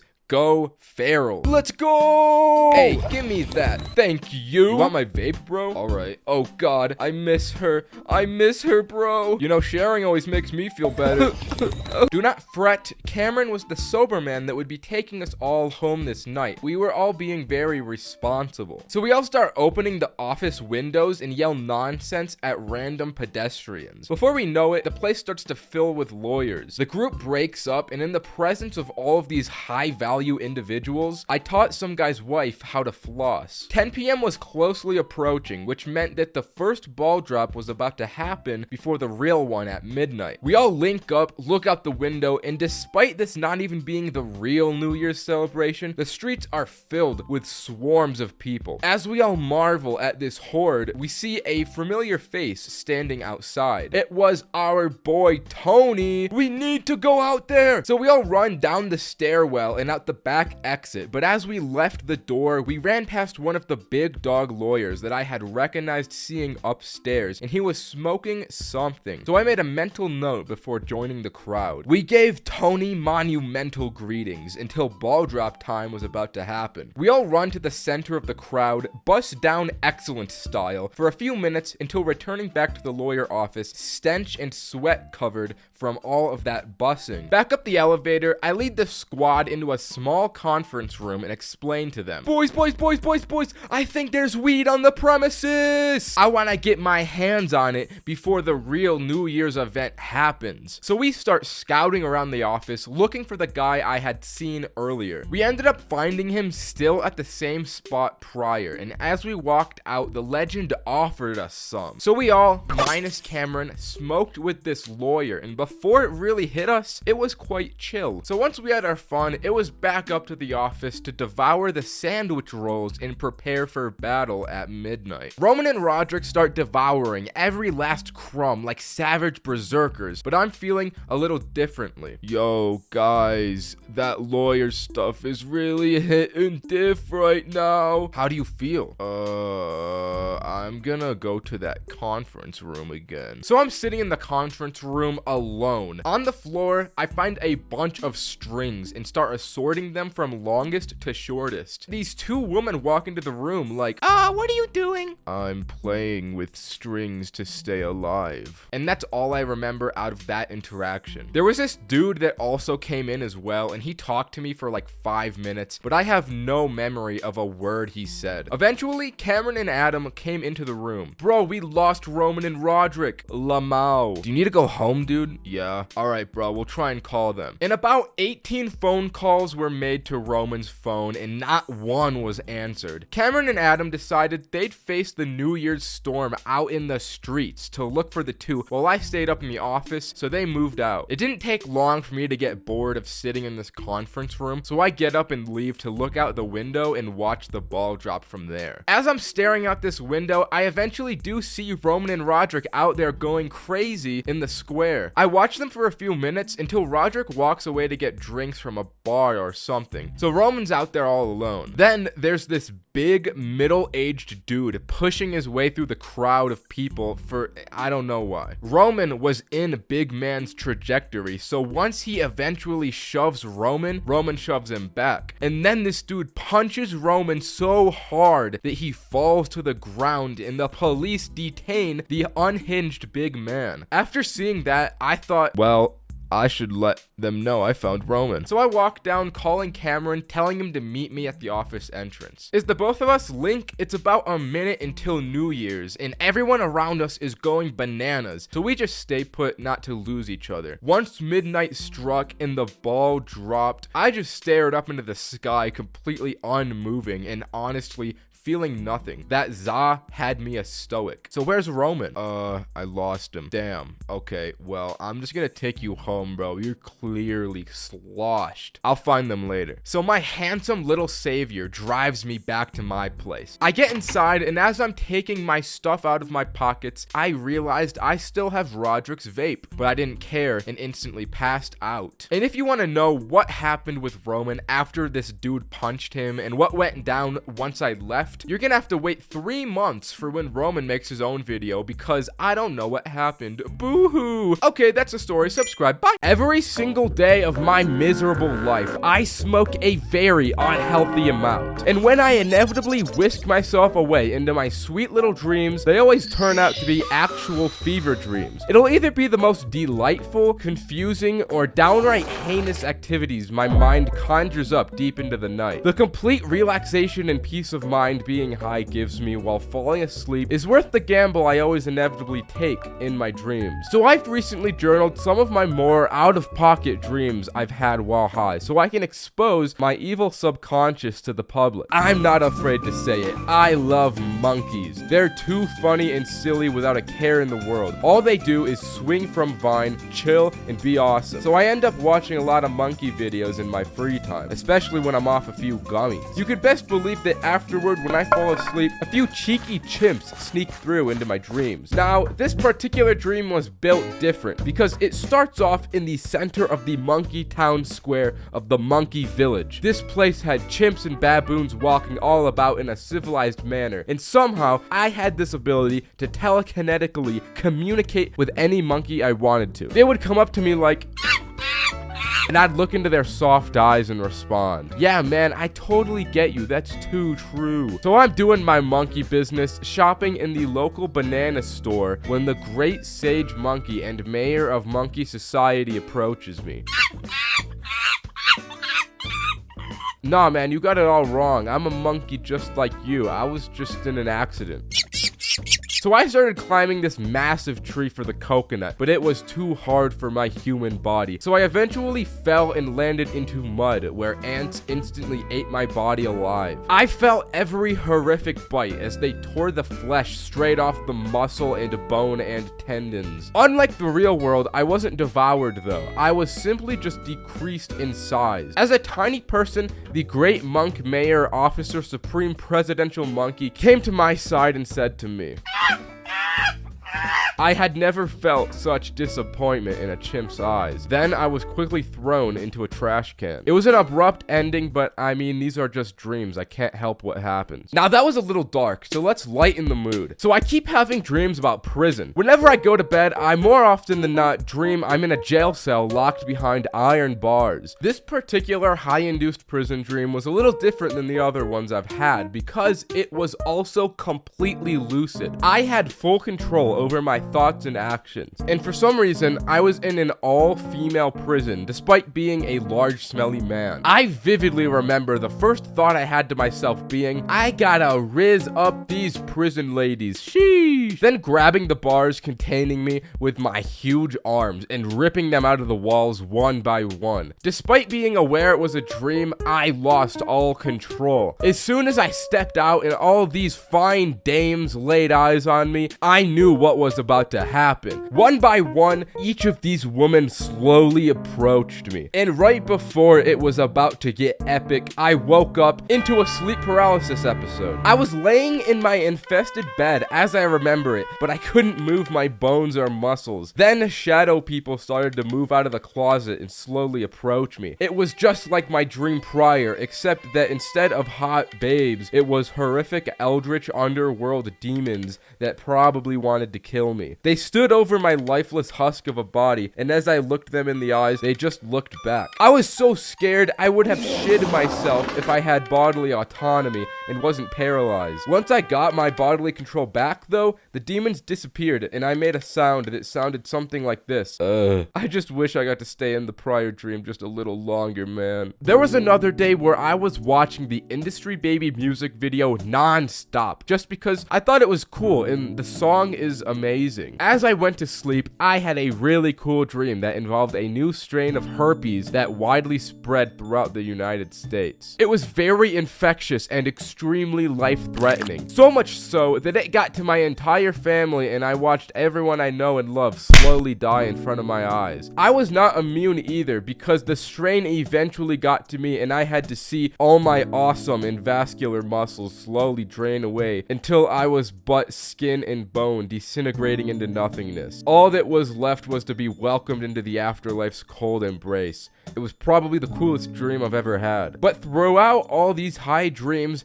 my real high dream is to one day eventually smoke weed with Pokimane. I think that would make for a banger video, am I right? Anyways, I was just like Drake these nights because I would get so high I would be out like a light. And that's the video. Subscribe. Throughout all of human history, we've always wondered, is the Fortnite cart real? This image has been endlessly spread throughout ancient cultures, dating back to hieroglyphic scrawlings in caves. Even to this day, the internet has tried to find it for years on end, and nobody has been able to track it down. Rumors started to spread that it was fake, and the Fortnite Slurp Juice cart wasn't actually real, but a small dedicated community of brave individuals never gave up hope for the Fortnite Slurp Juice cart because, quote, the high would be so good from it, and I want to feel like I'm in the real battle bus.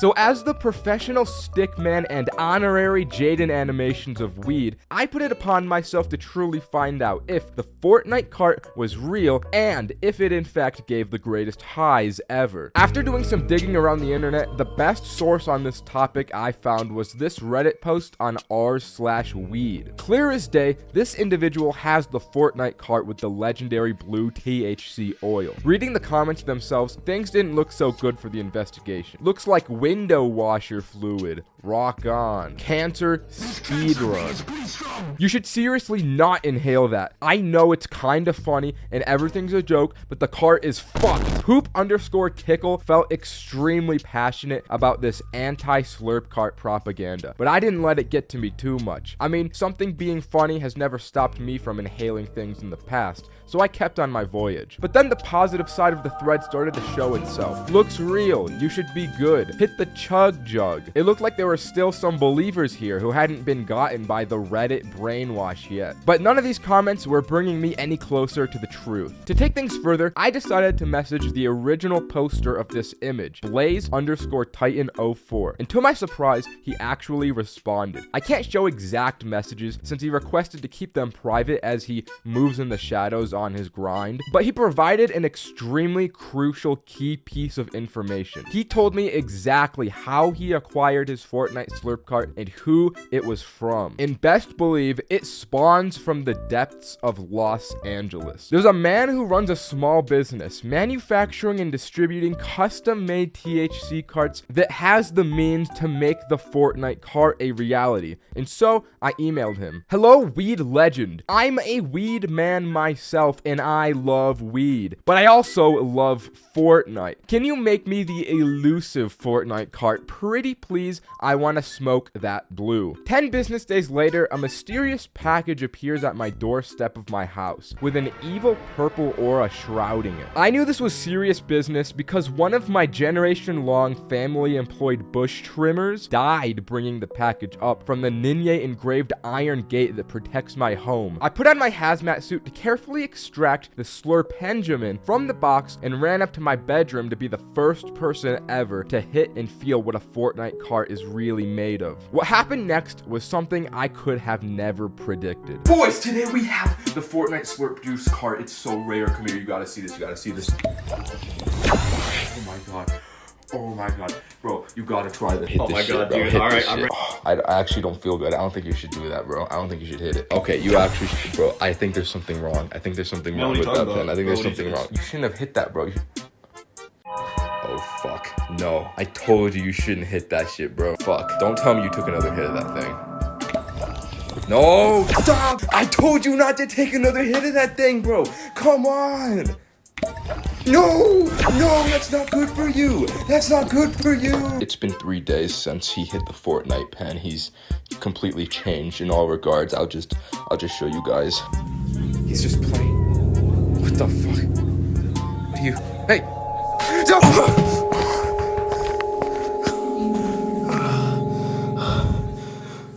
To answer the millennium-old question, no, the Slurp Juice cart did not make me feel like I was on the battle bus. But I can confirm it does hit in an indescribably different way. Unlike anything I've ever smoked. But different isn't always better though. It was clear this THC was laced with some sort of evil dark enchantment I wouldn't even wish Chains for Real smoked. And because of this immense power, I flushed it down the toilet so it could never be smoked again. Okay, subscribe. I haven't gotten high in school very often, and anyone who has gotten high in school would know why. It always sounds like a good idea at first, but in practice it can be so goddamn scary. Now this story isn't just about me getting high, but instead the whole squad was smoking in class, and under those circumstances in mind, you know shit had to have gone down, and it did. So it was the first day back to school from summer break, and it was the morning of that day before the classes had started. As the nature of the first day of school goes, I was pissed off, and so was my boy Roderick, the same guy from the mushroom story. We were pissed we had to be back in this place, but it also was sick to see everyone I didn't see over the summer. So we were greeting everyone in the grade, catching up in the hallways, when none other than the man himself,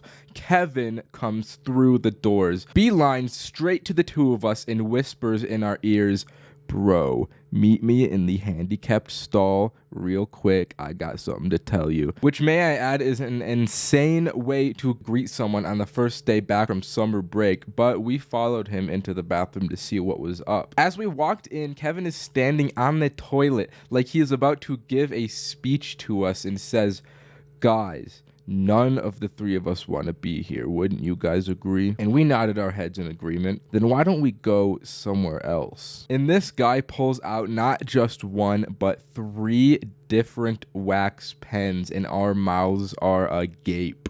Keep in mind, I rarely smoked at this time, so to see not just 1, but 3 wax pens that this dude had brought into the school was the craziest thing I had ever witnessed. I was like, no way we're smoking right here and right now. And Kevin said, "Not yet. See, I've been dreading the first day of school for a long time now, so I've thought up a way to make it a little more interesting. I want to play a game. We each carry a pen on us for the entirety of the day. Every time somebody says some dumb shit, you have to take a hit.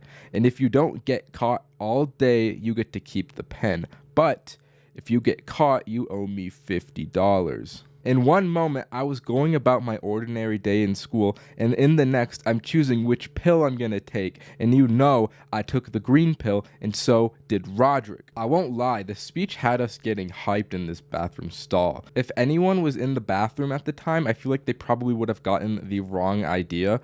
But anyways, we had to plan our day. We all brought out our schedules to see which classes we shared. I shared Spanish with Roderick, math I was with both, English I was alone for, and study hall I had the 2 of them again. But the bell rang and me and Roderick headed over to Spanish and departed from Kevin. As we walked into the classroom, we agreed we wouldn't sit next to each other, so if one person came down, the other wouldn't come down with them. And it would be easier to stay undercover, so we both sat in the back corners of the class. The class started and the teachers were going over the syllabus when this kid raised his hand and asked, "When we get our assignments, do you want our names in English or Spanish?" Me and Roderick just stared at each other from across the class after that. We knew what we had to do.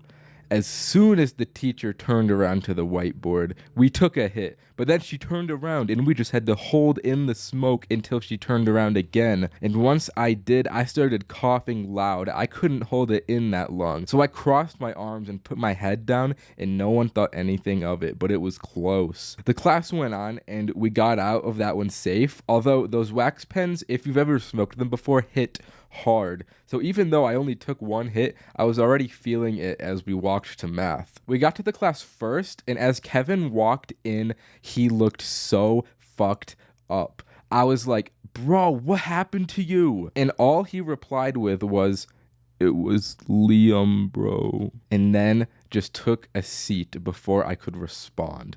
Lord have mercy on his soul. Let me tell you, math was a dreadful class to get through. Not because of the challenge. We didn't even have to smoke once during this period.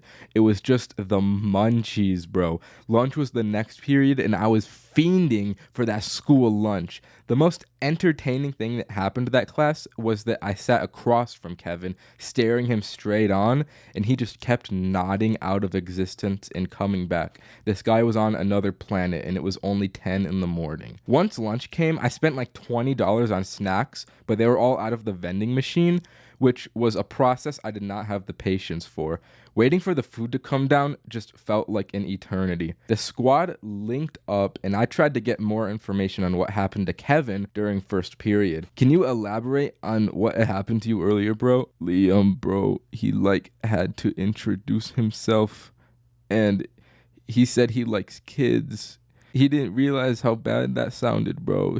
But he really said it. And to be honest, me and Roderick, we just decided to take a hit right there after hearing that out of respect for what he had gone through. Once the bell rang, I started stressing because my next class was alone. I lost my supports and I had to face English class like a real stoic man. I sat down. I don't remember exactly what the question was, but I do know that some kid said something that I had to smoke to. So I had to take a hit. Then the guy next to me leans over and looks into my eyes and just nods. I was sitting next to the school stoner Bradley. Bradley saw this and asked, yo, can I get one, bro? So respectfully, I handed him the pen and with no remorse for his own life proceeded to blow it straight into the air, and of course the teacher noticed and walked over. I thought it was all over for me in this moment, but he just ended up sending Bradley to the office. But the thing is that he still had my pen on him when he left. This guy, 200 IQ, outplayed me and purposefully got sent to the office so he could take the pen for himself. I don't know if that was actually his plan,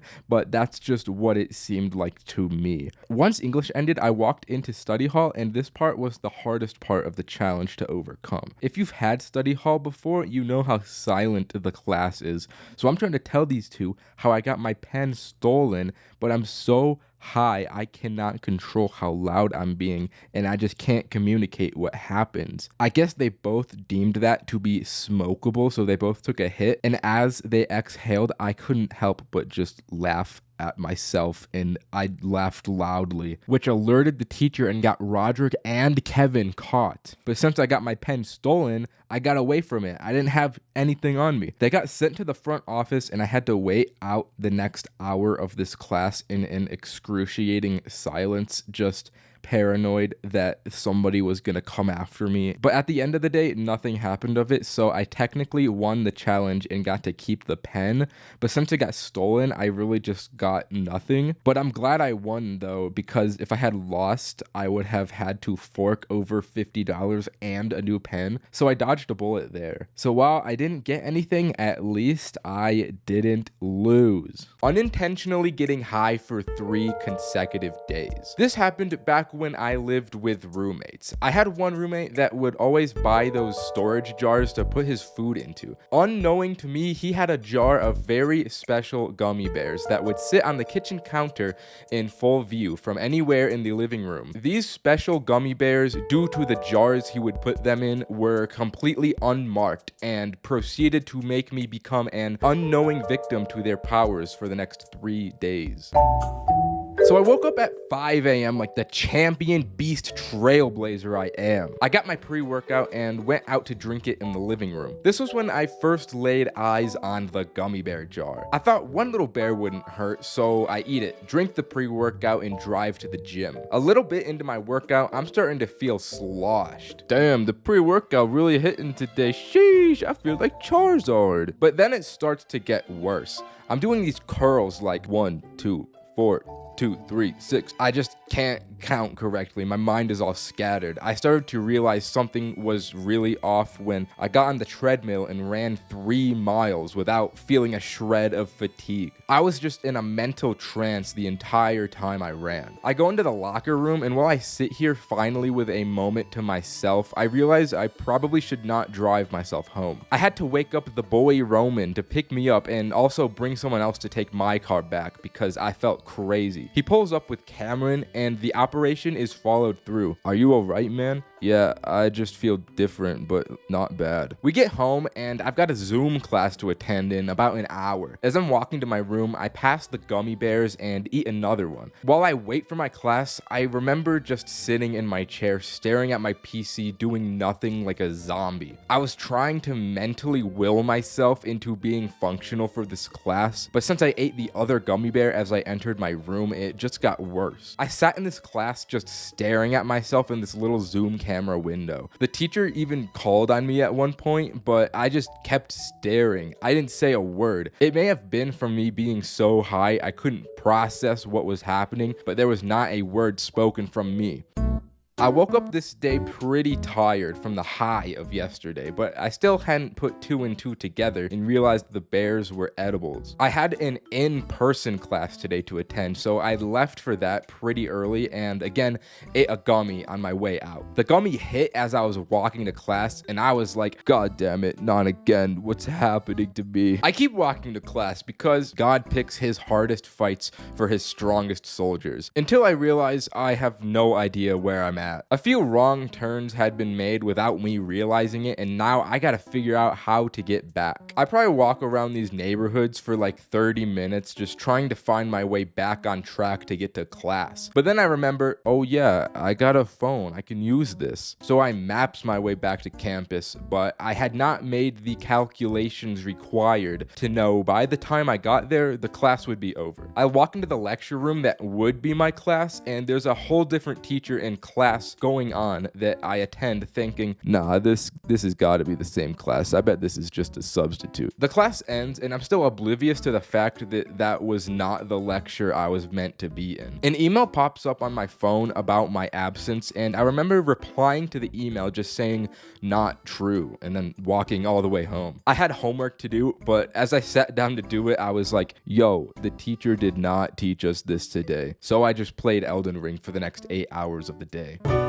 All this weed I had been consuming kind of messed up my sleep schedule because I woke up this day a good amount later than usual. So when I walked into the living room, my roommates were all awake and out there. I was like, guys, that thing keeps happening to me. I think I gotta go to the doctors today. Something's just not right with my body or something. I reach in and eat another gummy while I'm out here, but this time in full view of all my roommates. Roman's like, bro, you're really gonna eat an edible this early in the day?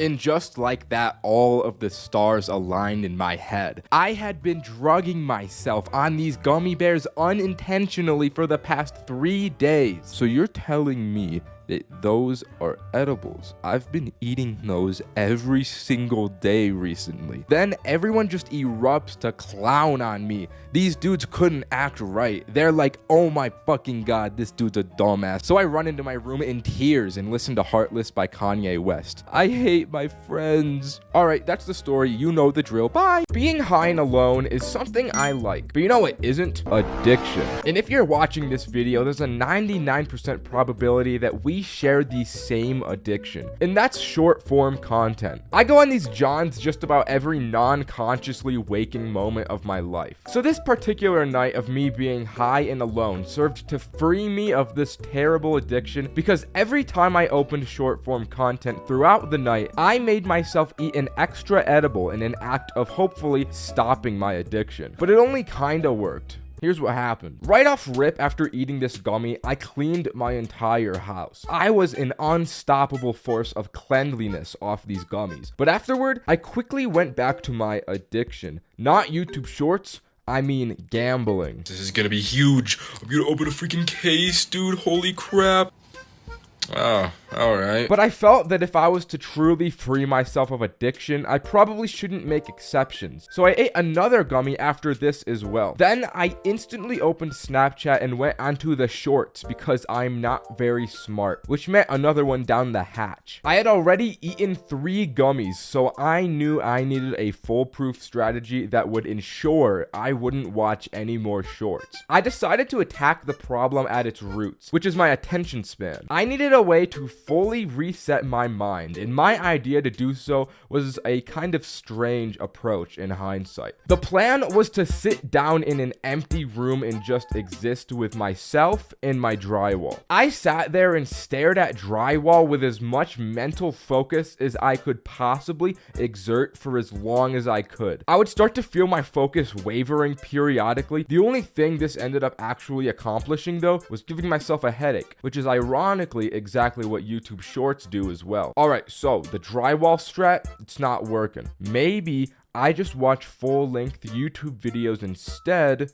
Maybe that will fix me. This was a worse idea than the drywall. The YouTube app did that thing where it opens into shorts, so I start watching a handful of these before realizing what I've done. I ate another edible, but to be honest, YouTube Shorts had admittedly fed me some interesting slop this time around. I was watching a big, strong, shirtless, hot man climb a boulder, which got me in a real mood to watch more men climbing rocks. I was relentless with the men rock climbing videos. I watched Olympic climbing. I watched little men climbing. I watched big men climbing. All this climbing made me want to climb myself. So I bought a membership at a climbing gym. I haven't used it yet, but eventually whenever I do, I bet it'll be pretty cool. In an attempt to feel the triumphant victory of climbing rocks, I ended up climbing onto my bed from the floor, which isn't as impressive, but I thought it was pretty cool. Then out of left field, YouTube recommendation threw a real curveball at me. Teen Titans Go movie magic. This video hit the spot like nothing before. This show is just so goated. I was watching it so involved and entranced by the funniness and bright colors. Although I was really lost in the plot here. I didn't realize this while I was high, but this was actually like 5 videos strung together into one. Somehow I still managed to follow some kind of plot despite there not being one, which is something quite impressive. But this whole time, I couldn't stop thinking about how funny Robin was. This dude has to be the best written character of the millennium. I really came to realize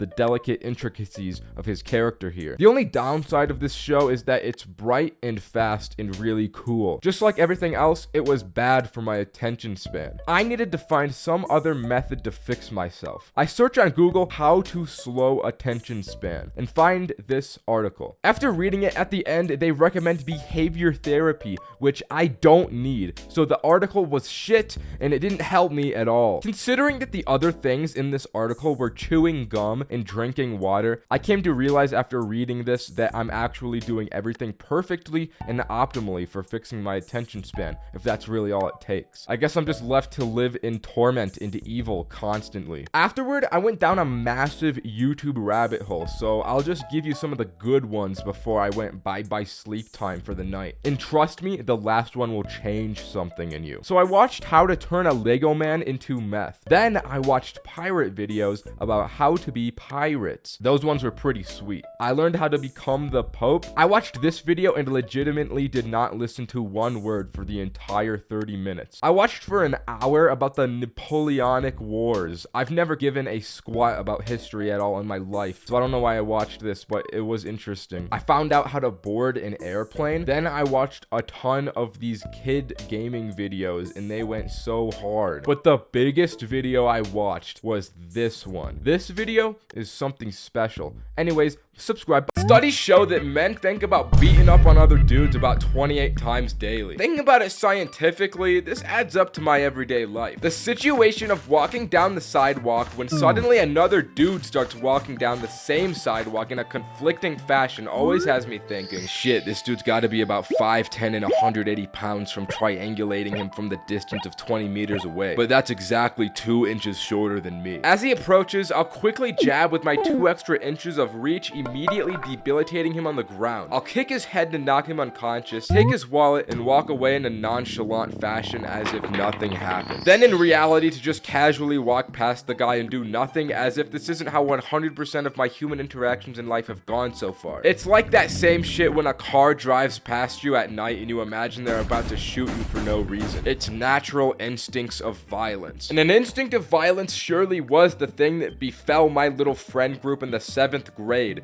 That's right, I got jumped when I was 12. It was a Friday afternoon and school had finally let off, and I was itching to let out my animal this weekend, so I hit up the boys. Except that I was 12 and I had the goddamn SpongeBob horn phone, so I needed my mom to text their moms and do all that slop. Soon enough though, the moms pulled through, and I had 2 very classic buddies headed over to my house so I could let out my animal. My doorbell rings, I pitter-patter over and swing that shit open. Roman's standing right there with a suitcase. Bro really came prepared for any possible situation. I mean, damn, a suitcase? But we start messing around on YouTube.com a little bit because this second individual is taking a little longer to show up to my abode. His late arrival will actually domino effect into his downfall because as me and Roman browse, we come across a very funny boy yelling about Sonic, and we want to show our other friends so badly. But in no time, my door rings, we pitter-patter over to the door, swing that shit open, and standing there is none other than this little shit named Alex. Alex was a fucked up kid. He would bring boxes of Mountain Dew into class and down them as if he isn't drinking fucking Mountain Dew. If vapes were around when I was 12, he would most definitely be chiefing those johns like nobody's business. So this evil child arrives at my house, and instantly me and Roman are like, you gotta see this kid on YouTube, man. He's so funny. We watch a few videos, have a few laughs, until Alex gets a massive, sinister grin on his face and says, guys,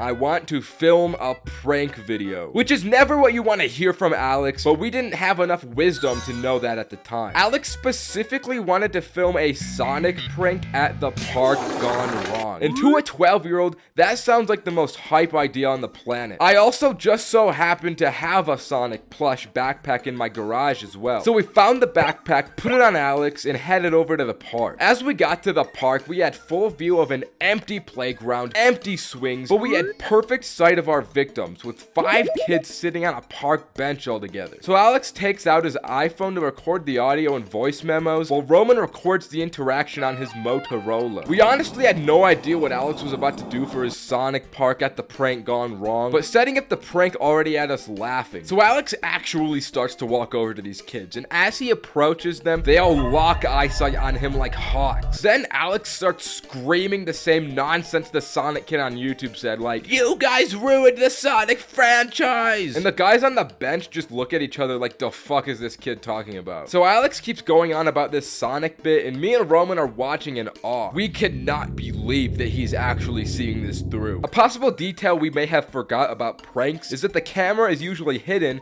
and not 15 feet away in an open field. And I can't speak for this group of 5 children at the park, but I can assume an encounter with a screaming Sonic kid and 2 other kids recording from a distance may have been perceived as a disaster level threat to them. So these kids are like, fuck off, you damn nerds. But Alex holds his ground and keeps yapping, saying that was like their peace agreement. And since it was declined by Alex, they turned to violence. They sent out their smallest of the 5 to approach Alex like a little henchman being tasked to do dirty bidding. This kid jumps down from the park bench and a Boss health bar appears as he runs to Alex. But Alex stood his ground once again. He said, nah, I'd win. Then almost immediately gets picked up by this kid and thrown onto the ground like boom. He's holding down Alex on the ground and bludgeoning his head repeatedly like, damn, was the Sonic kid really that much of a threat, dude? I had never experienced conflict in my life yet, so I hadn't truly realized he was experiencing blunt damage to his head. So I still watched in awe like Big Mouth Patrick. But at this point, Alex is completely out of character. He drops the prank entirely and starts fighting for his life. Now we let a respectful 1v1 play out for a minute in this park without interference, but it didn't take long for us to realize that this fight is not fair. Roman runs in and pulls this kid off at Alex because he's got that dog in him while I'm still watching from a distance, until one of the kid's buddies starts walking over like, bro, don't interfere, bro. But then bam, Roman hits him with a cheeky blow because Roman's got that dog with the Latino blood in his veins. All the while, bro is still committing to filming the prank. Roman has been holding the phone this whole time. So that kid backs off, we retrieve the battle-scarred Alex, and we're we're like, we gotta get out of here, guys. This shit got real. Alex can't hardly walk, so we gotta help him home while these kids are yelling at us like, you deserved that. Fuck off. That's why you're the strongest, little bro. While we take the walk of shame home. But this altercation wasn't over. We couldn't end on a loss. As we got home, we laid down the punish to Alex in bed to revive his strength. In Fortnite terms, we brought his reboot card to the reboot van. The three of us were experiencing complete rock bottom mentally and had to make moves to heal. Except for Alex, because he couldn't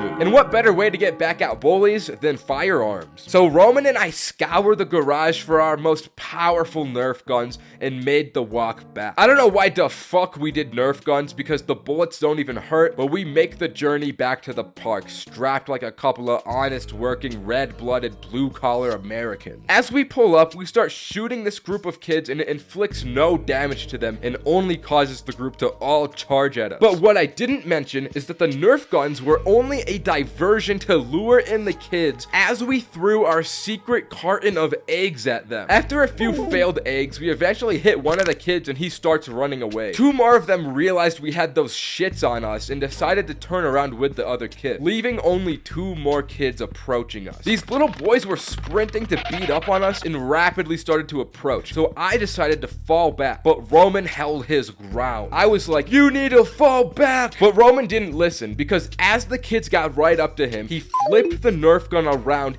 and hit one of them over the head with the goddamn handle of the shits. Like, damn, that kid got concussed, bro. Of course the other one retreated after that, and the two of us returned quickly home from war. We reported back to our fallen soldier and relayed the intel of our successful reconnaissance mission. And although through all the violence of that interaction, the most painful part of this day is that Roman started seriously stressing about hitting these kids on camera. I wanted him to upload the video so badly, but he decided to delete the prank we recorded because he didn't want his mom to find out what he did to these youngins. Since that whole event happened to me at the park, I was too afraid to go back there as a kid. I didn't want to one-man the park and end up with 5 little boys ending my life and stomping on my head and my vision becoming black for pranking them about Sonic. I guess the life lesson here is that if you give into your animalistic urges of violence, don't record them for an awesome YouTube prank, because there's a chance your mom might fuck, you know what, I'm just gonna use that take. If you've ever smoked, gotten high, and then realized, wait, what am I doing with myself? You know how it feels. Being high without purpose leads to intense and heavy despair. It's a hollowness only comparable to living in Tucson, Arizona. So to help you avoid hitting that existential dread, because after all, I am one of your best friends and I look after you, I've cooked up 50 very awesome thingies you can do while high. And there's a lot of obvious things you can do, so I'm gonna rapid fire a few, such as eating delicious food, drinking water, operating vehicles on busy streets, killing, listening to music, playing video games, going to school, drawing, playing with animals, causing problems, gambling your entire bank account on Tesla shorts and losing it all in an instant, so you have to leave your anatomy class early to cope with the loss, watching YouTube. My personal favorite thing to do while high is brain rotting myself with meaningless media consumption, and YouTube is the best place to do that. There was a day recently where I was with my boy higher than you can imagine while surfing YouTube. After sifting through a few videos, we suddenly feasted our hungry little peepers upon the most absurd YouTube brain rot we had ever seen, losing 200,000 calories in 50 hours. This video is brain rot levels I could only dream my channel could ever achieve. Going for a walk, going on Discord and raiding one of those servers with tons of open chats. Oh yeah.